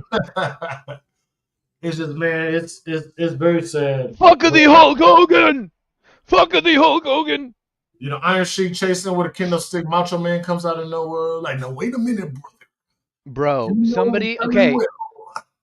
so since Ozzy died, people have been posting on TikTok these like I don't know, maybe they're chat AI generated murals of all of the iconic rock legends that have passed away. So it was like Dimebag Daryl, Ozzy,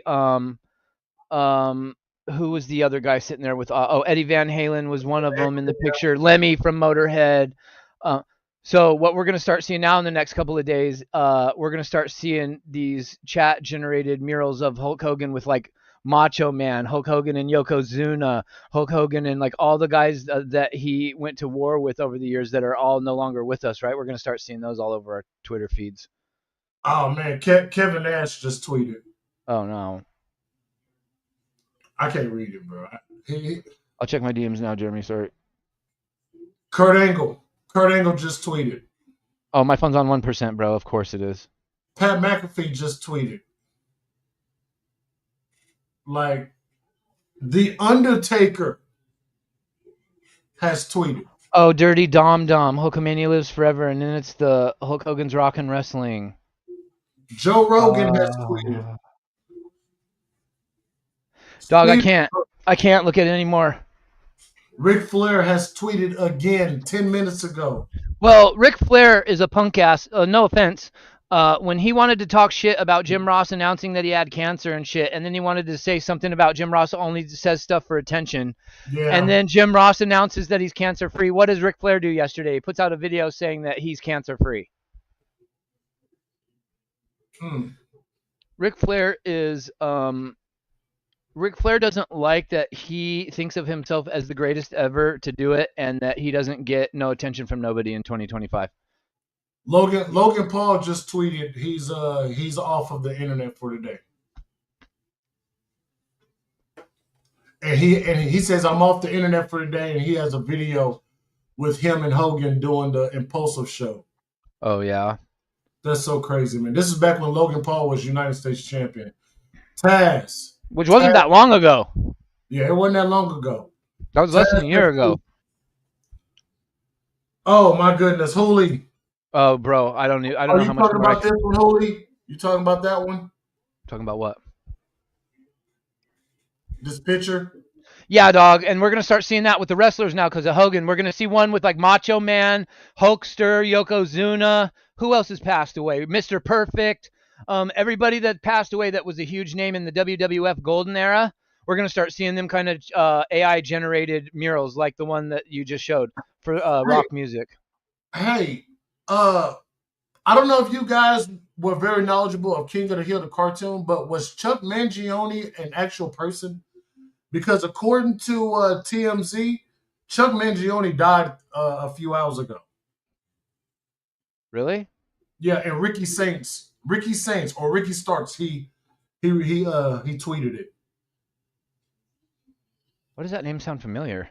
It was Chuck Mangione was I only knew Chuck Mangione as the guy from King of the Hill, the guy always playing the trumpet on King of the Hill. That's crazy. Bully Ray just tweeted about Hogan. What you said, Hooli, about Hogan having one of those mural pictures? I just saw one with him. Looks like Iron Sheik, Macho Man Randy Savage. There was a couple other people. Ultimate Warrior, I think Yokozuna, Mr. Perfect. it definitely was a lot of them. I'm trying to see if I can find it real quick. I just passed it, and then My freaking feed just refreshed. See, now I got to be careful because I feel like, oh, I'm emotionally drained from Ozzy, so I'm handling the Hulk Hogan thing pretty well. Yeah. I think later this evening, possibly tomorrow, as this starts to sink in, I think the Hulk Hogan shit's really gonna hit me like a ton of bricks, bro. Harder than the Ozzy shit, because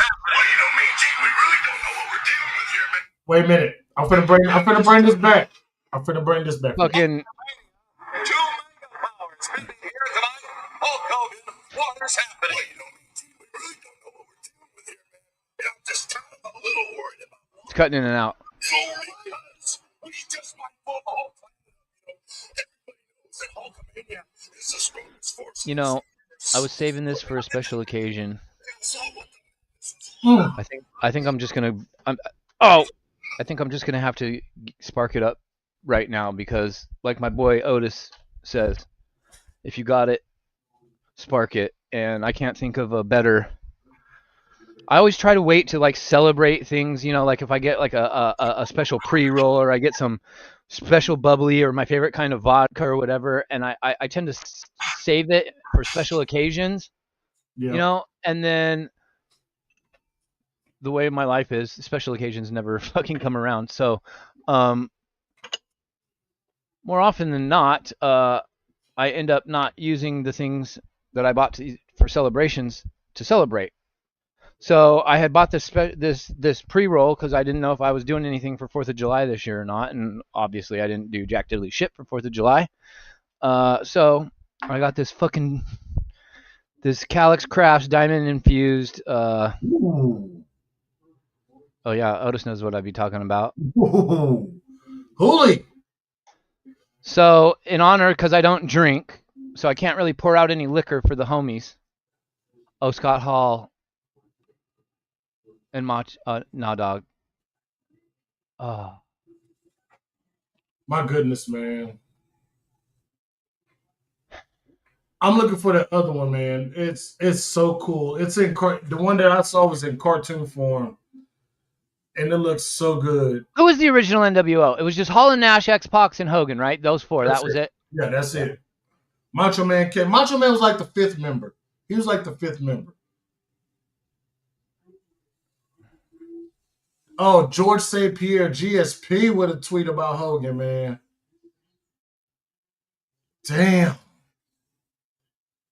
Oh, So you got to remember, there are millions of people on Earth at one point in time when they were little fucked with pro wrestling. If you're a male and you're alive in 2025 on planet Earth, at some point in your lifetime, I don't care who you are, between your birth and however old you are now, you fucked with pro wrestling on some level. There are millions of people who don't fuck with pro wrestling in this day and age who at one point when they were a kid did fuck with pro wrestling. yeah. Somebody probably like a George St. Pierre. There's probably many more people that we're going to see tweets from over the next day or two. We're going to see like celebrity models and shit tweeting probably about Hulk Hogan, to be honest, because that's the level of icon we're dealing with here. Like this guy was like Michael Jackson. Everybody knows what his face is, regardless of which version of his face you're talking about. All the versions of his face were iconic. He couldn't Right. go anywhere in public without having his face covered Right. to be hidden. Hulk Hogan's the same. Hulk Hogan, you couldn't. Hulk Hogan, you could dye his hair purple and people would know it was Hulk Hogan. You know what I'm saying? You would have to actually wrap him up in blankets for him to go to the grocery store and people not know that it was him. I'm trying to find that picture real quick. It is actually Facts, pretty Aaron cool. Burgers. It is actually During the Monday Night Wars. Man, I couldn't Yeah. wait to get to school to talk about what happened in wrestling, man. I couldn't wait. Yeah, that next day at school after watching wrestling was always, they call it water cooler talk. Water cooler. Yeah, they call it water cooler. Stuff you talk about around the water cooler and stuff. But Yeah. and these days, it's a lot to talk about around the cooler. That is for sure. But I'm trying to find that. I'm definitely trying to find that picture. Brett Michaels, he tweeted about Hogan. The lead singer of Poison, huh? Yep. He tweeted about Hogan. Brett Michaels, who kind of looks similar to Shawn Michaels, not to be confused with HBK. Let's see who else. Has Brian HBK Danielson. tweeted about him yet? Who? Shawn Michaels, has he tweeted about him Yeah, yet? he has. He has. Okay. What's the name? Brian Danielson. Brian Danielson tweeted. I'm looking at all your comments, Jeremy. Otis ain't. I'm seeing everything Yeah, you're sending. I'm going through tweets. I'm trying to find that picture. I'm really trying to find that. He said cool he's already sent something to you. He said check your DMs because he's already sent something to you that you're looking for. All right, well, let me see.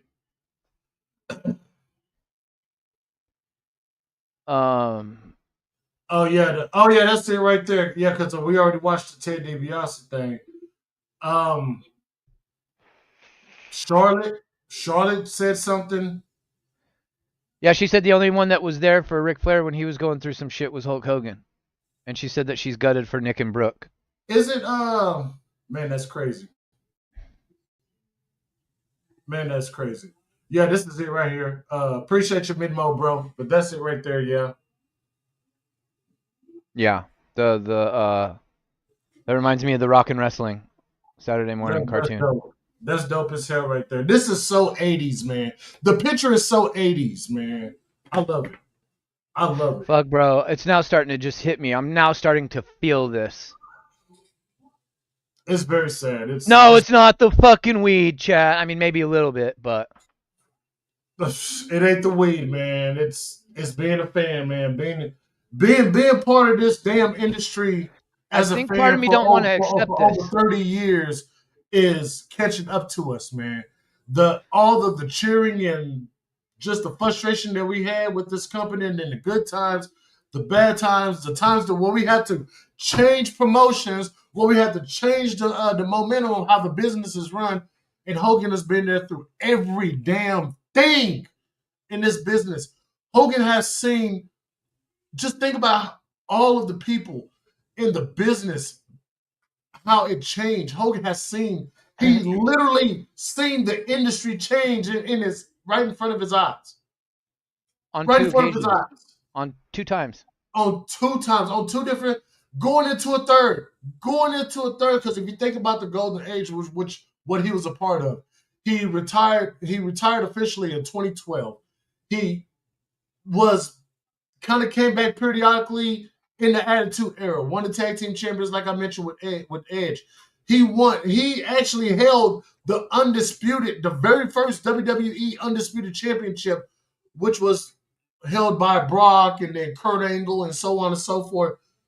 And then he helped start Global Force Wrestling with Jeff Jarrett. He helped pioneer TNA. Came back to WWE. Did something with I don't know if it was with Vince or something like that, but he came back. He just never left. He sat there and watched the industry change, and he tried to grow with it. And Hogan was a part of all of this, man. Hogan was wrestling before I was even born. I was born in '84. Hogan was doing this before I was even born. So my whole life of wrestling definitely involved Hogan, man. So something just hit me like a ton of bricks. I can't thank him enough. I don't know Hogan, but something hits me. I'm reading Midmo's comment, and here I'll put it up on the screen for people to read. And this just got me thinking, and then I thought about something in a different context, and it blew my mind kind of. So he says this is hitting him as hard as when we lost Scott Hall. Now, when Scott Hall passed away, that was like a feeling like when Jay Briscoe passed away for me. I as soon as I read it, I immediately felt sick. I thought I was gonna vomit. I got a lump in my throat. I couldn't swallow my spit. I started to feel dizzy and discombobulated. Like what the fuck? What are you talking about? So reading Jeremy's comment, I was thinking about Hulk Hogan, right? And obviously, because of my previous statements about Ozzy passing, and I've already cried a bunch of times this week.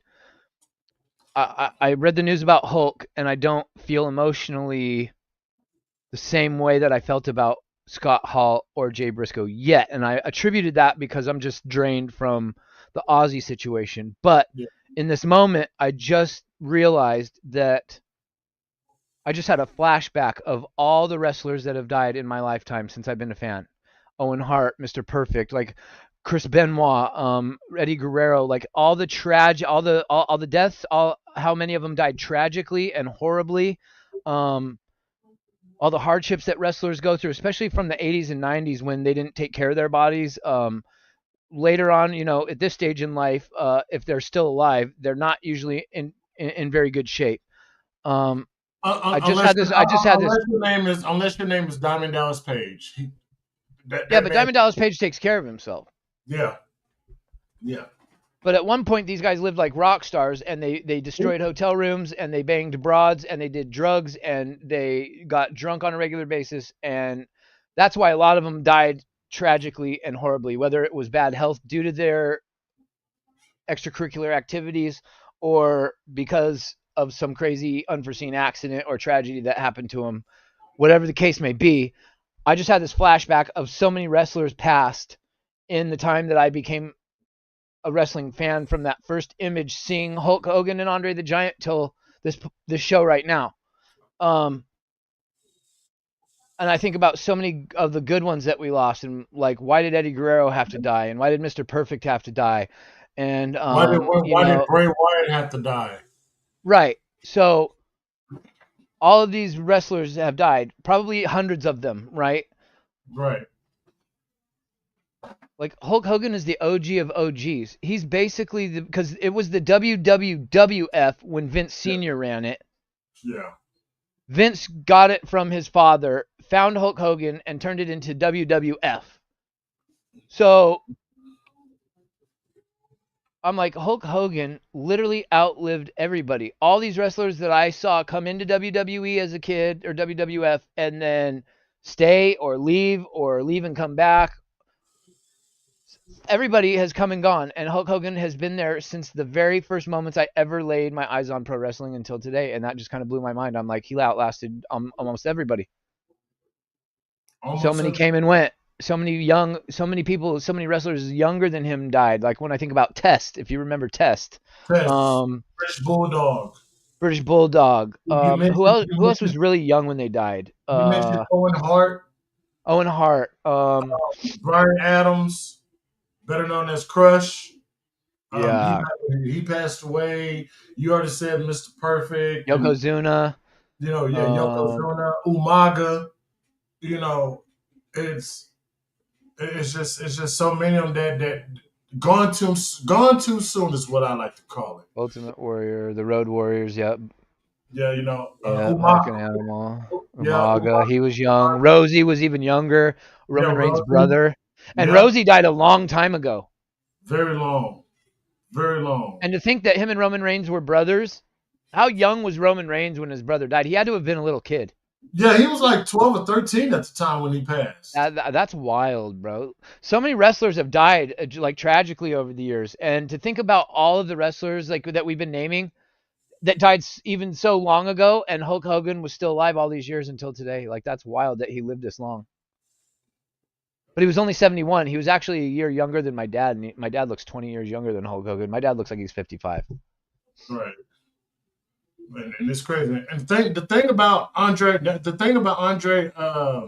the Giant is that he had a disease. Yeah. He number one, he couldn't stop growing. He really just couldn't stop growing. Yeah, your body, your organs and your body parts don't Yeah. stop growing with that So giantism. and that's what ultimately took him out. That's why he told Hogan at that WrestleMania to slam him. And Steve McMongo, man, McMichael, he died a few months ago, man.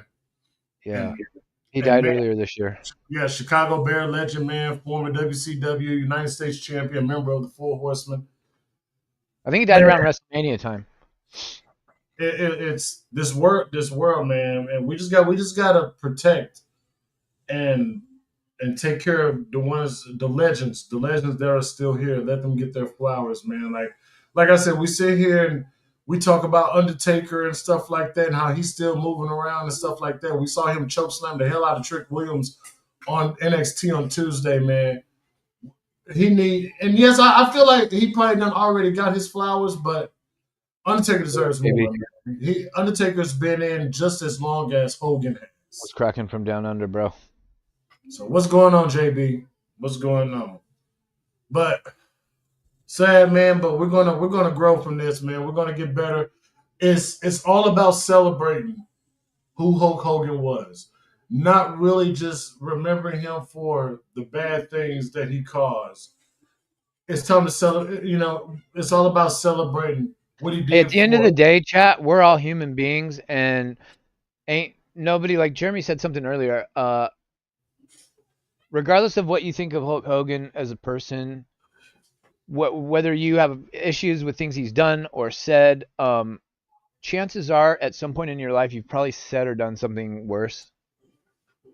And if not worse, you're also a human being. You have to remember at the end of the day. So we can't look at somebody else and judge them for their mistakes when we're out here making mistakes of our own. Until we are able to walk a fine line without making any kind of errors as a human being, we really shouldn't be passing any judgment on anyone else. You know what I mean? Right. Facts.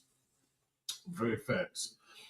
And I wanna say this before I get up out of here because I gotta go get ready for work here in a second. Let's not focus on the bad today. Whether if you're trying to remember Hogan, whether if you're trying to remember Ozzy, whether if you're trying to remember Malcolm Jamal Warner or anybody that has recently passed that might have had a dark cloud over them for a while. Like Holy said, let's all remember that they are human.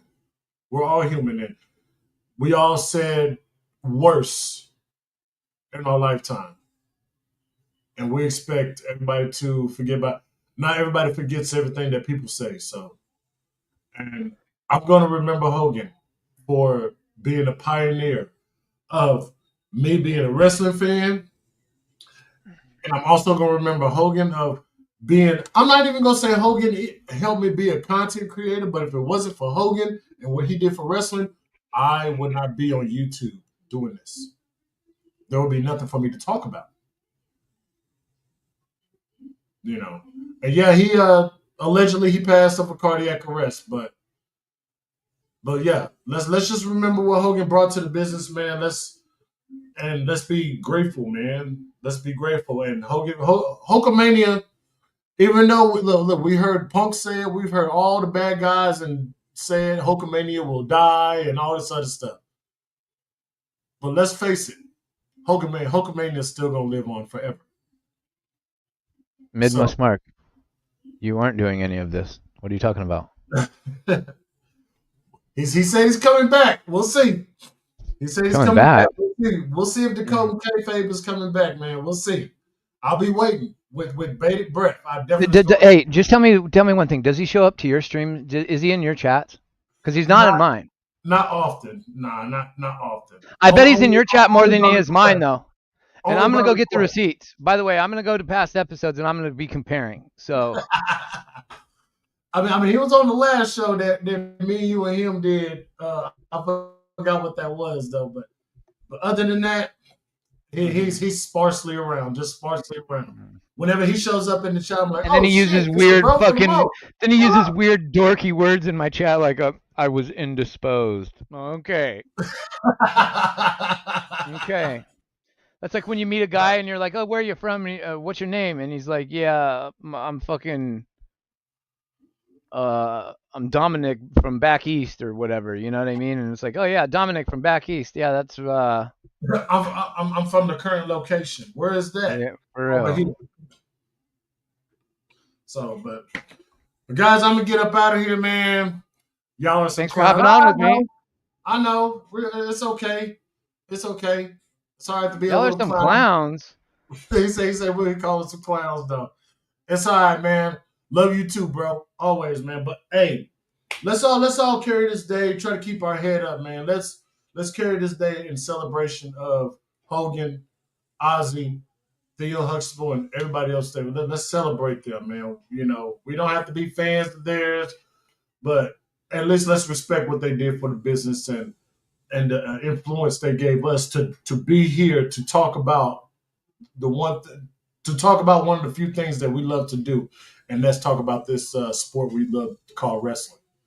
So without them, who knows where we will be talking, what will be going on? Would we even be live right now if it wasn't for people like Hogan and Savage and Iron Sheik and or even Vince McMahon? Would we even be here if it wasn't for those guys? I don't Vince know. McMahon was my idol, my hero as I was growing up. Like I I was at a very early age I was able to separate the character on TV from I guess the part of Vince McMahon, let me clarify. The part of Vince McMahon that I felt was I looked up to was the guy that came from nothing and took what I absolutely love and got made fun of for loving and got picked on for loving and got told I was a nerd and a geek and a dork and got sometimes beat up for loving pro wrestling and turned it into something that is globally accepted worldwide. And that was the part of Vince that I was just like, wow, always in awe of. But also knew he was a scumbag to people behind the scenes in real life Yep. and shitted on his talent and was not a good person to a lot of people. And then obviously the character that he played on TV was just kind of an exaggerated version of probably who he is in real life. But thanks for popping on here with me today. I'm still staying on for a little bit longer, but I know you got to go because you got to go to work. Thanks for hopping on here and just talking about the legacy of Hogan with us today, bro. I appreciate it. Man, hey, I'm happy to do Been a it, man. crazy week, man. I can't. I'm telling you, man. You better give us at least a month. We better get at least to like Survivor Series or Royal Rumble before we hear of any more RIPS, bro. Yeah, for real, man. Like we don't want no more, man. From what I've been hearing, they come in threes. Who said that they come in fives?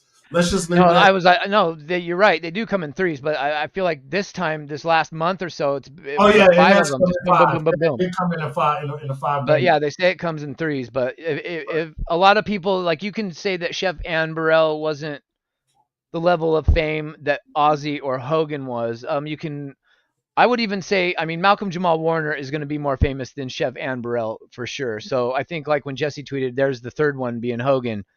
I think he meant Malcolm Jamal Warner, Hogan, and Ozzy.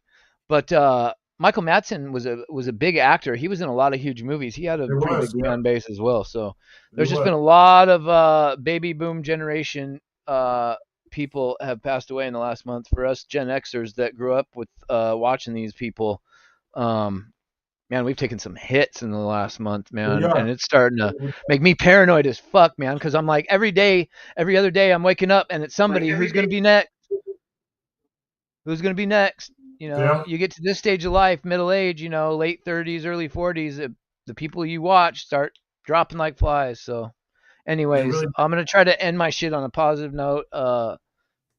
Be safe on your way to work and all that. Thanks for absolutely, getting man. on here with me, bro. Appreciate you, man. Anytime, man. Anytime, man. I'll see you guys Monday.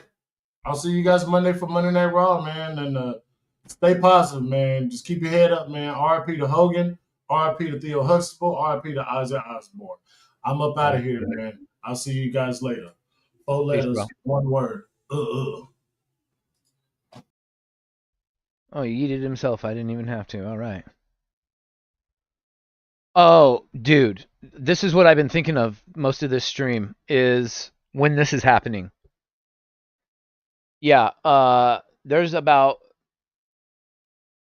30 people that probably just got a fucking email or a text message on their phone and that are probably already at their computers like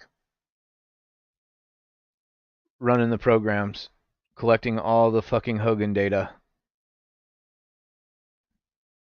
That's when it's going to hit me. I've just realized now, reading your comment and thinking about it, because I thought about the video package multiple times through the stream in my mind as we've been talking and what they're going to show, right? And now that I'm thinking about it, and I'm kind of envisioning like the music that they're gonna play is, "Proud to Be an American" probably is Jimi Hendrix, NWO song.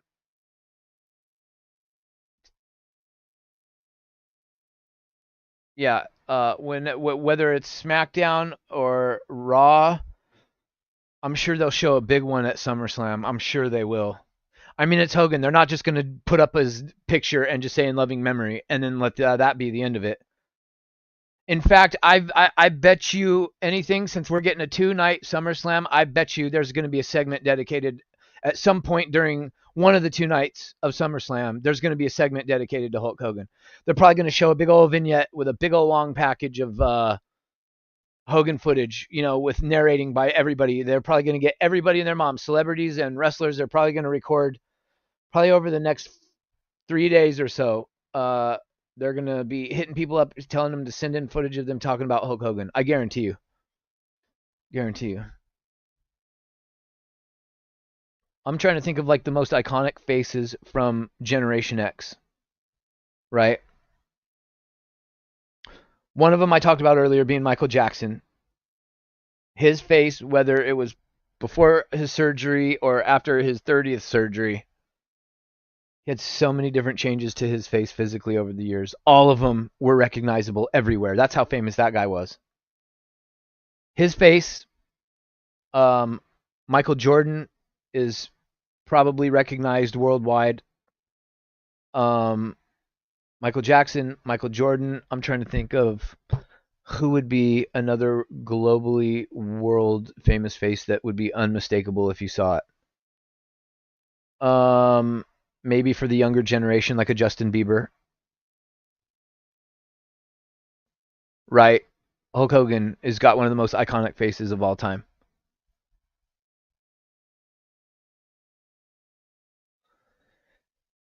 Yeah, this is all very, very sad. Um, Brooke, I believe, was estranged from both of her mom. No, I think no. Brooke put out a tweet in the last year or so that explained, because remember when her mom went on that rant on Twitter about Hogan? She just like one day just posted something on Instagram about talking shit about Hulk Hogan, or maybe her daughter, and then Brooke had to come out and she was like, "Normally I'm private, but I have to respond to this because my mom's like out of her fucking mind." I don't know that they were close, her and Hulk, but I thought that she had said something about she didn't have she hasn't talked to her mom in years, but she talks to her dad so often. But you might be right. Am I like behind on comments?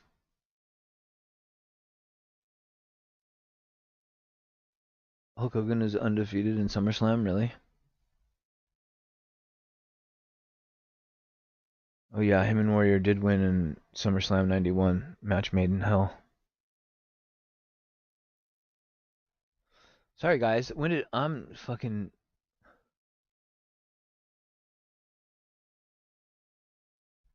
there hasn't been. Yeah, that's the crazy thing is everybody, that's what I'm saying. You've got people that aren't even part of pro wrestling tweeting about Hulk Hogan's passing, bro.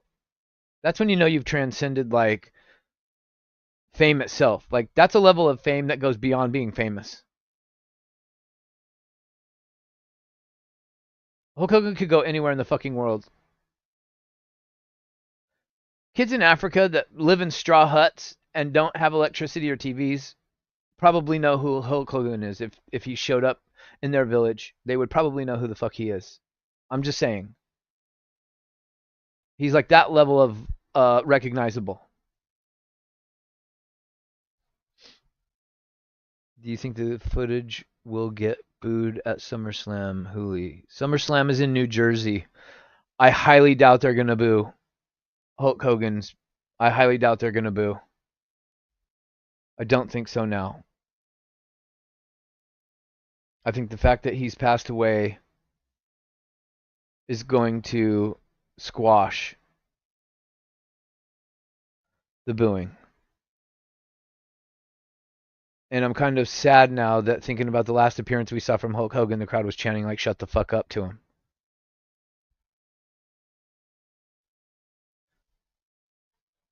JB.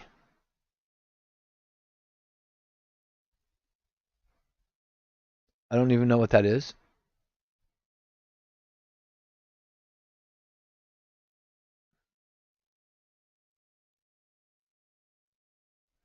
Yeah, he put over Goldberg. Hogan kicking out of the rock bottom. So many iconic Hogan moments, bro. Hogan and Vince. Uh,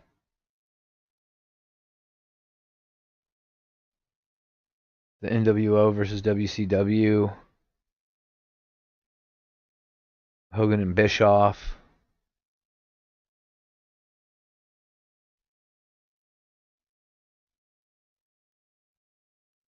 Like I was telling Otis, all these wrestlers came and went over the years, and a lot of them died. And throughout all the tragedies, all the crazy different stories, all the ones that have come and gone, that have left the business, that have died while being in the business. The very first image of pro wrestling I ever saw was a picture of Hulk Hogan and Andre the Giant. And he outlasted everything that's happened from like the late 1970s till now. It's quite remarkable to think about how did he end up living longer than all the other ones? Why did all the other ones die? You know what I mean? It's just weird how certain people live and then certain people don't. I don't listen. I've never listened to the Undertaker's podcast.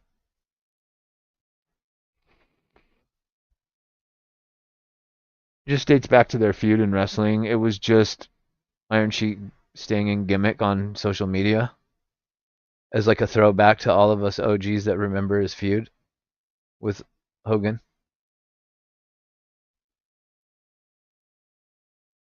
Like Fight Forever type of vibes. He just kept it going on Twitter just for entertainment for us OG wrestling fans, I think. Maybe you really did hate him all these years. I don't know. But I used to love seeing Iron Sheik's tweets, man. I was sad when he passed because I was like, dude. Anytime anything in the world of celebrityism, whether it was sports or music or movies, anytime there was some sort of viral newsworthy thing, Iron Sheik would always tweet something about it. He would always tweet about the situation, and the end of his tweet would be like, "And fuck Hulk Hogan." He would end like every tweet with "fuck Hulk Hogan."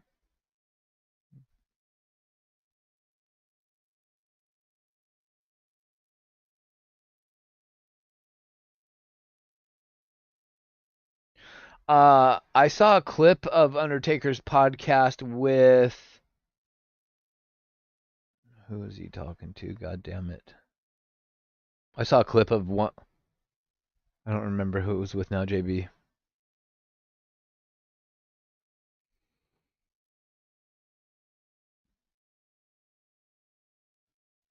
Wasn't that The Rock in a tutu in the Tooth Fairy?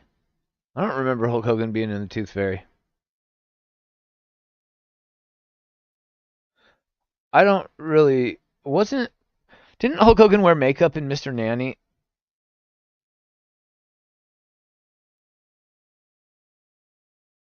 No, he was the nanny in Suburban Commando, right? Wasn't that the name of the movie we were talking about, or was there two movies? Now I'm all discombobulated in my brain. Let's see. Hulk Hogan list of movies. Oh yeah, Three Ninjas. I forgot he was on in Three Ninjas. Little Hercules in 2009.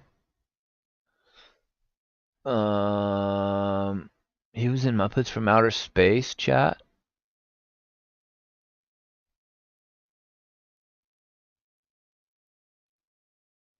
Thunder in Paradise. Oh yeah, Mr. Nanny. Yeah, yeah, he did. Yeah, you're thinking of Mr. Nanny. Tooth Fairy was The Rock scripts. Hulk Hogan wore a tutu in Mr. Nanny.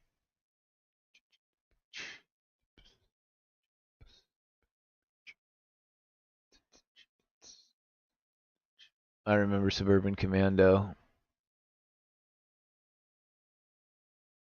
No Holds Barred. Weird that they don't have No Holds Barred. Oh yeah, there it is.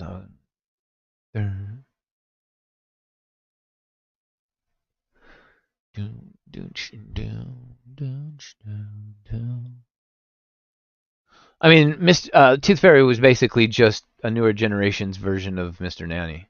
The same shit. Pretty much carbon copy. Um,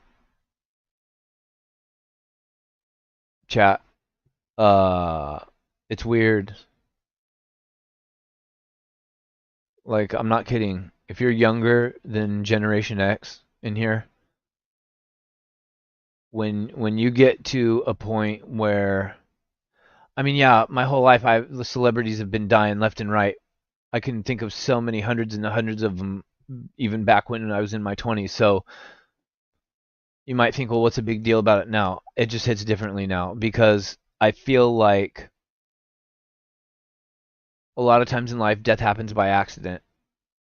And that's just something that we have to accept. It doesn't make losing those people any easier, but there's an element of understanding there that life is uncertain. So when tragedy happens or whatever, there's automatically a little bit of acceptance there to begin with because you understand how fragile life is to begin with. But when you hit middle age and then like people start dying left and right, this is like a name every day, every other day, like you're getting news in the feed about somebody passing and you're like, dude, I used to watch them when I was a kid. I used to listen to them when I was a kid. Uh it hits different, man. And to have so many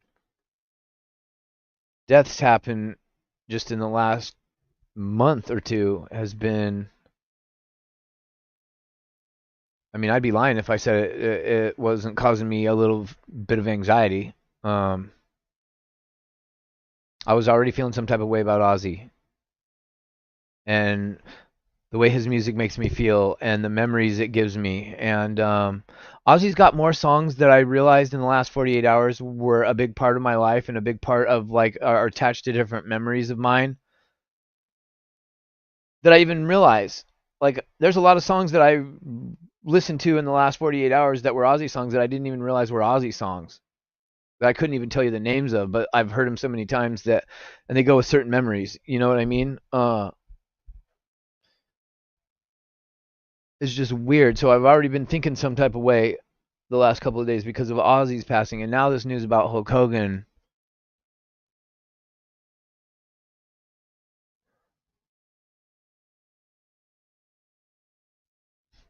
My conspiracy theory mind tells me that there is a glitch in the matrix with Generation X and whatever experimental shit they were doing with vaccines that they stuck into my parents' generation, the baby boomers. Obviously,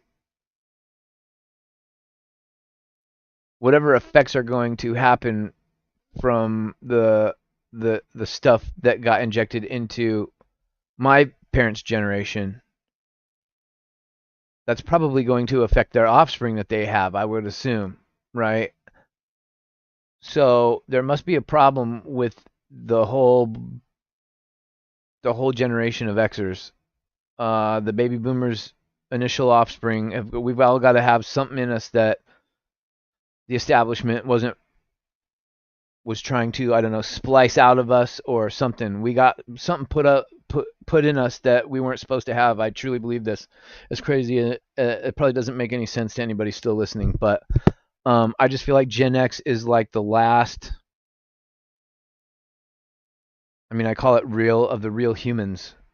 Um, and I feel like they want to hurry up and get rid of anything from Gen X, maybe even millennial, but I think millennial just probably barely makes the cutoff depending on what year of a millennial you are. If you're closer to the Gen X side of things as a millennial, probably like if you're born in like 82, you're probably fucked too. But I just feel like they want rid of us all. from like 82 and older. They want us off of the map, and they just want this world with Gen Zers and AI bots just walking around like, yes, sir. Yes, no, ma'am. Yes, sir. No, ma'am. Yeah, here we go is right.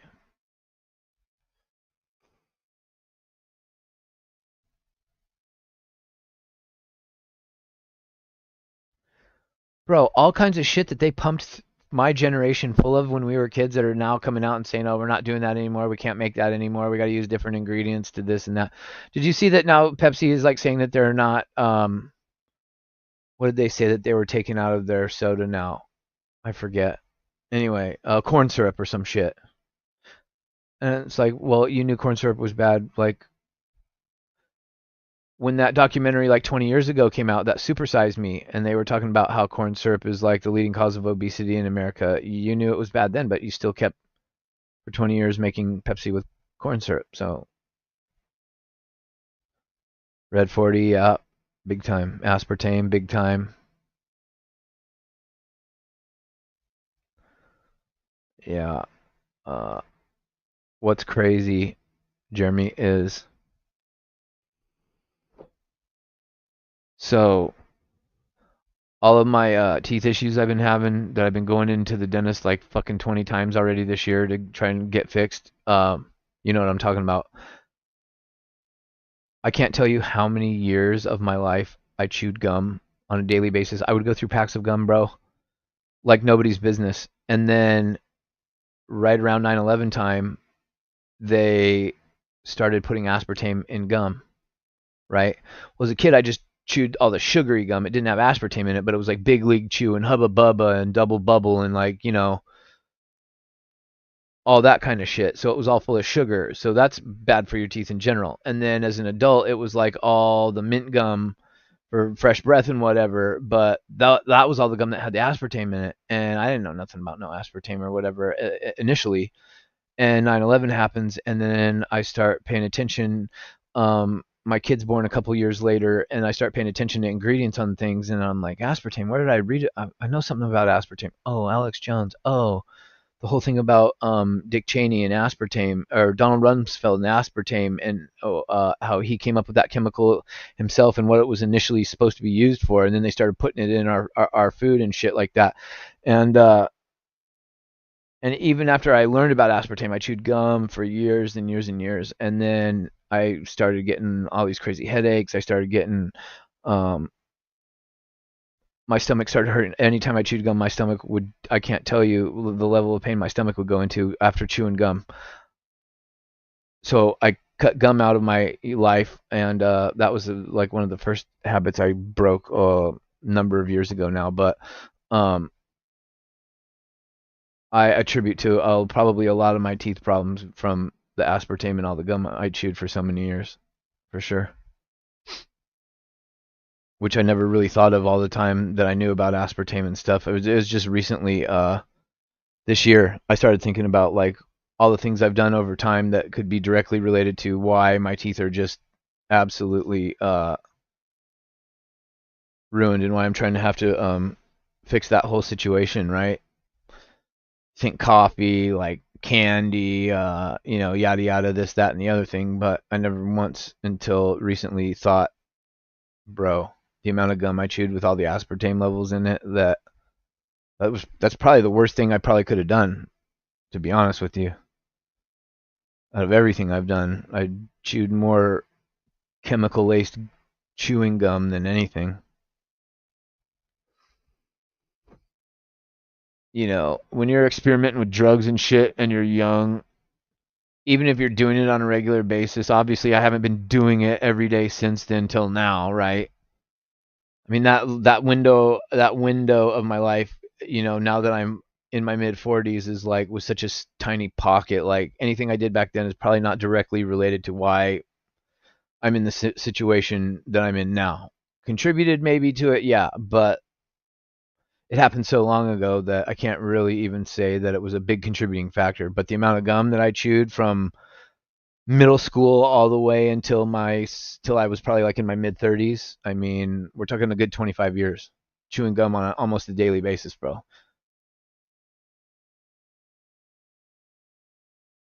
And when I tell you my brain, when I like have no memory of a lot of stuff, and I'll hear things, and then let's say you tell me something on Monday in a conversation. I'll come back to you maybe, let's say Thursday, Friday, even just a couple days later. We re-talk about the conversation, and I rehash back to you what you had told me. 9 times out of 10, I'm going to get whatever I thought you said backwards. It's like dyslexia of memory, remembering things in jumbled form, like kind of how dyslexia you see numbers and letters in jumbled form, not how they're supposed to be lined up.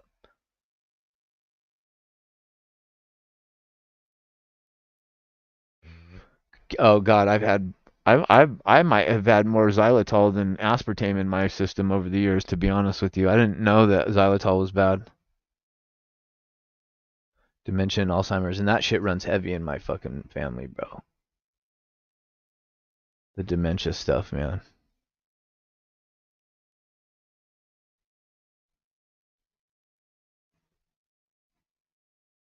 Yeah, fuck yeah.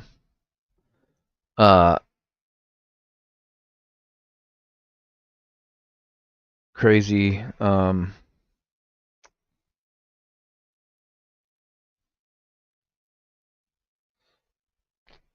It's almost like when somebody's that level of famous, when they pass away, it's like it affects the globe, it affects the planet. Like the planet can feel that energy loss, that loss of aura, or you know what I mean? When somebody's got that much motion,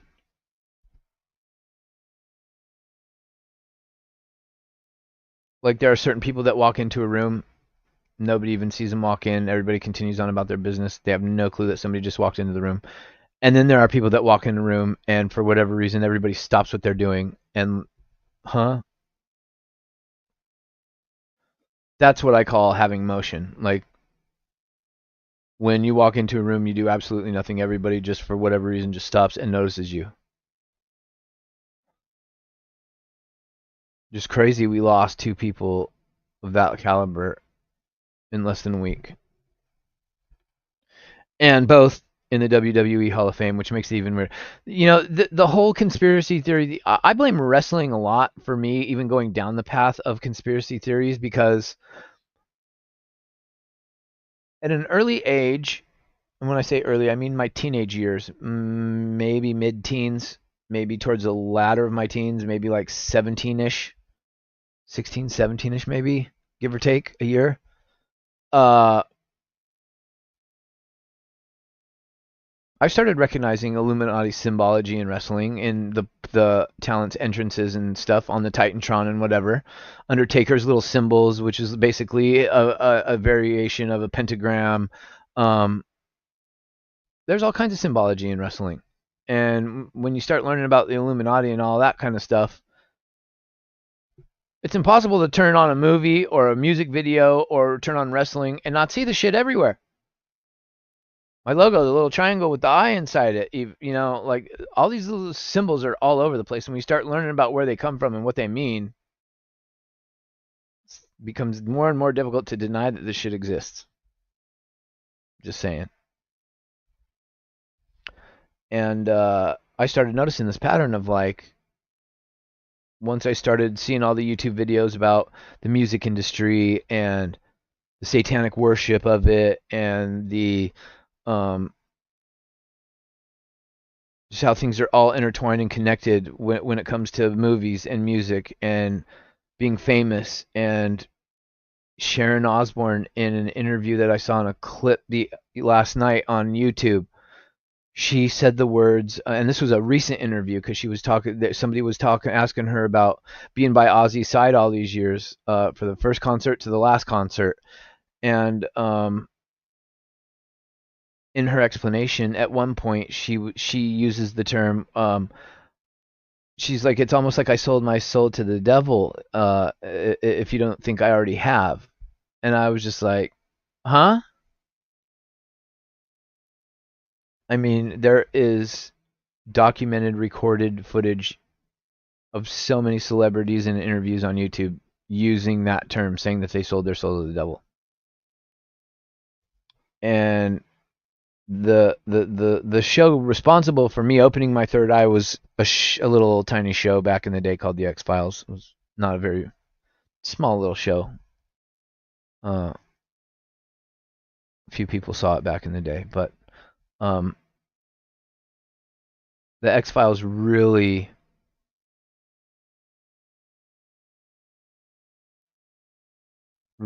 got me thinking about the episodes. At first I was like, I don't know what I'm watching. It's just some outlandish stuff that just, what is this show about? Like none of this would happen in real life.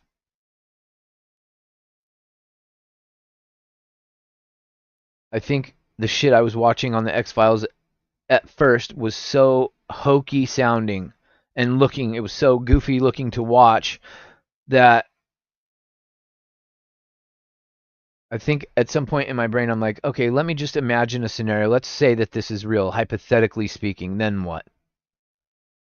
When I changed to that viewpoint of the X-Files, that's what allowed my third eye to open. Then I started really paying attention to the deeper meaning of what was going on in the episode, not just the crazy looking stuff that they were showing or talking about, and the, extraterrestrial stuff or paranormal stuff or whatever.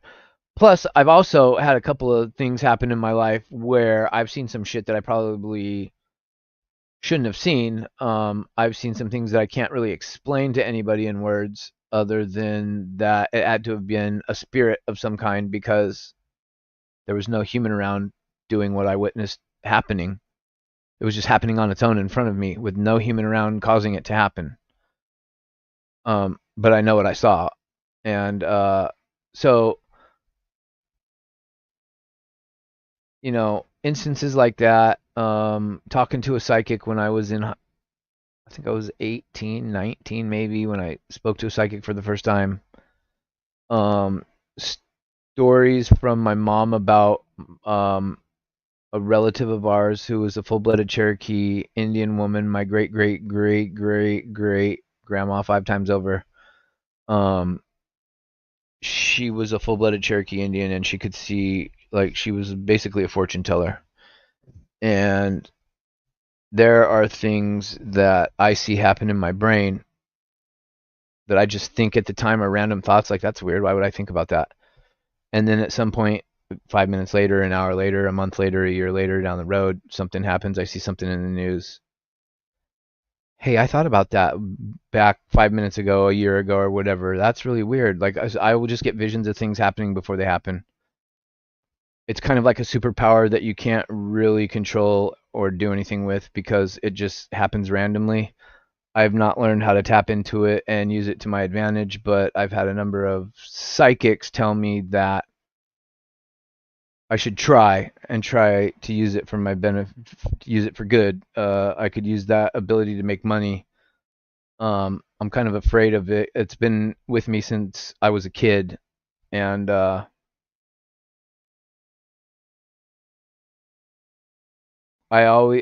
never know in the moment when I get the vision that's what's happening. Because when you have thoughts as a human, sometimes you don't know why you're having thoughts that you're having. And sometimes based on a conversation that I'm in the middle of, or something I'm watching on my phone, or I'm reading at the computer, will have me formulate thoughts about whatever it is I'm partaking, right? Sometimes that shit will come to fruition a short time later, and then it's really weird. So, yeah, I don't know. There's a handful of things that led me down towards the path of being a conspiracy theorist, but um it's just wild that so many Gen X talents from so many different fields are just dropping like flies, and it's seemingly like every week somebody's going.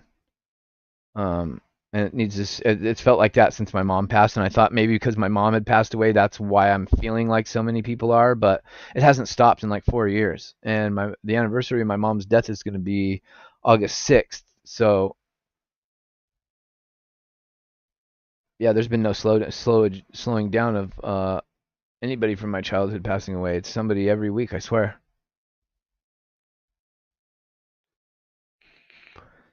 Yeah, same scripts.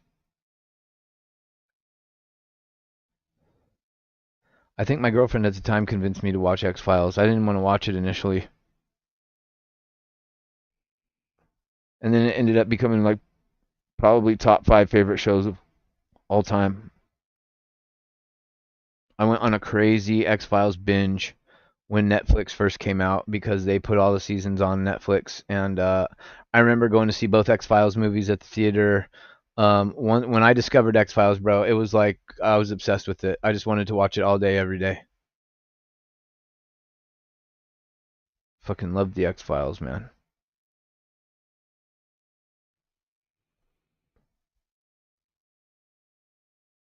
That's where I learned about shapeshifters. That's where I learned about um, any kind of conspiracy theory that you've heard or Illuminati reference that you've heard over the years. All for me gets traced back to the X Files, really. But if you didn't understand, like when I first started watching the X Files, I didn't know really anything about secret societies. I didn't know nothing about Illuminati. I didn't know anything.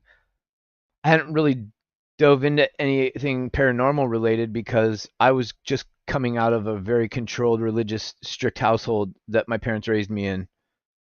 And we didn't have the internet yet, like how it is now. We had internet, but it wasn't in every home, and not everybody had computers. So not everybody had access to instant information yet. And I still remember thinking at times like certain things I remember seeing on X Files, and I'd be like, this. When I think about it, this doesn't seem too far fetched. That it like they wanted you to think like shit was hokey and just like so beyond the realm of possibility, right? But it was almost that element of the show where it's like this is so ridiculous. Like why would anybody even waste their time making a TV show about such things when none of this could ever possibly happen unless these things could possibly happen.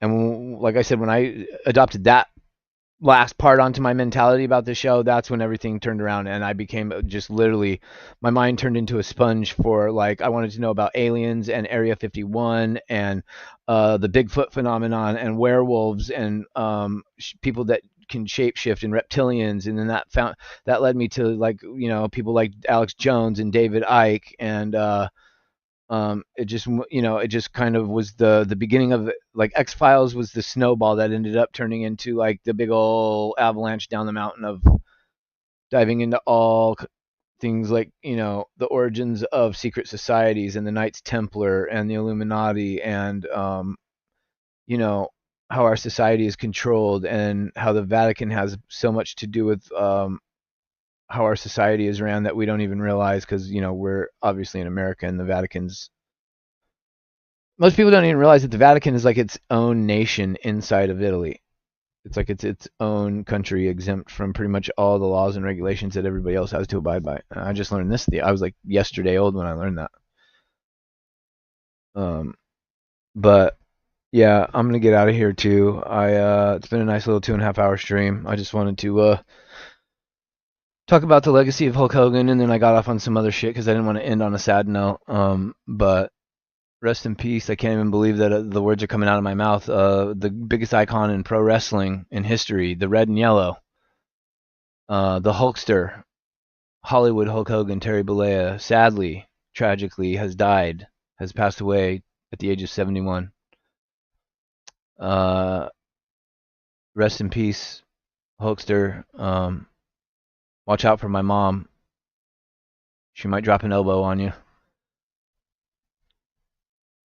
Say hi to her for me, bro. You know. Hey Jeffrey, thanks for sharing my stream. We're about to end, bro. I needed you 2.5 hours ago, brother. But I appreciate you sharing it out. Yeah, just seeing my little title under my name, R.I.P. Hulk Hogan, is just not. It hasn't sunk in all the way yet. You know, like obviously it's real, but it's just unreal. So this one's gonna probably when it hits, it's gonna hit hard because it's a slow build.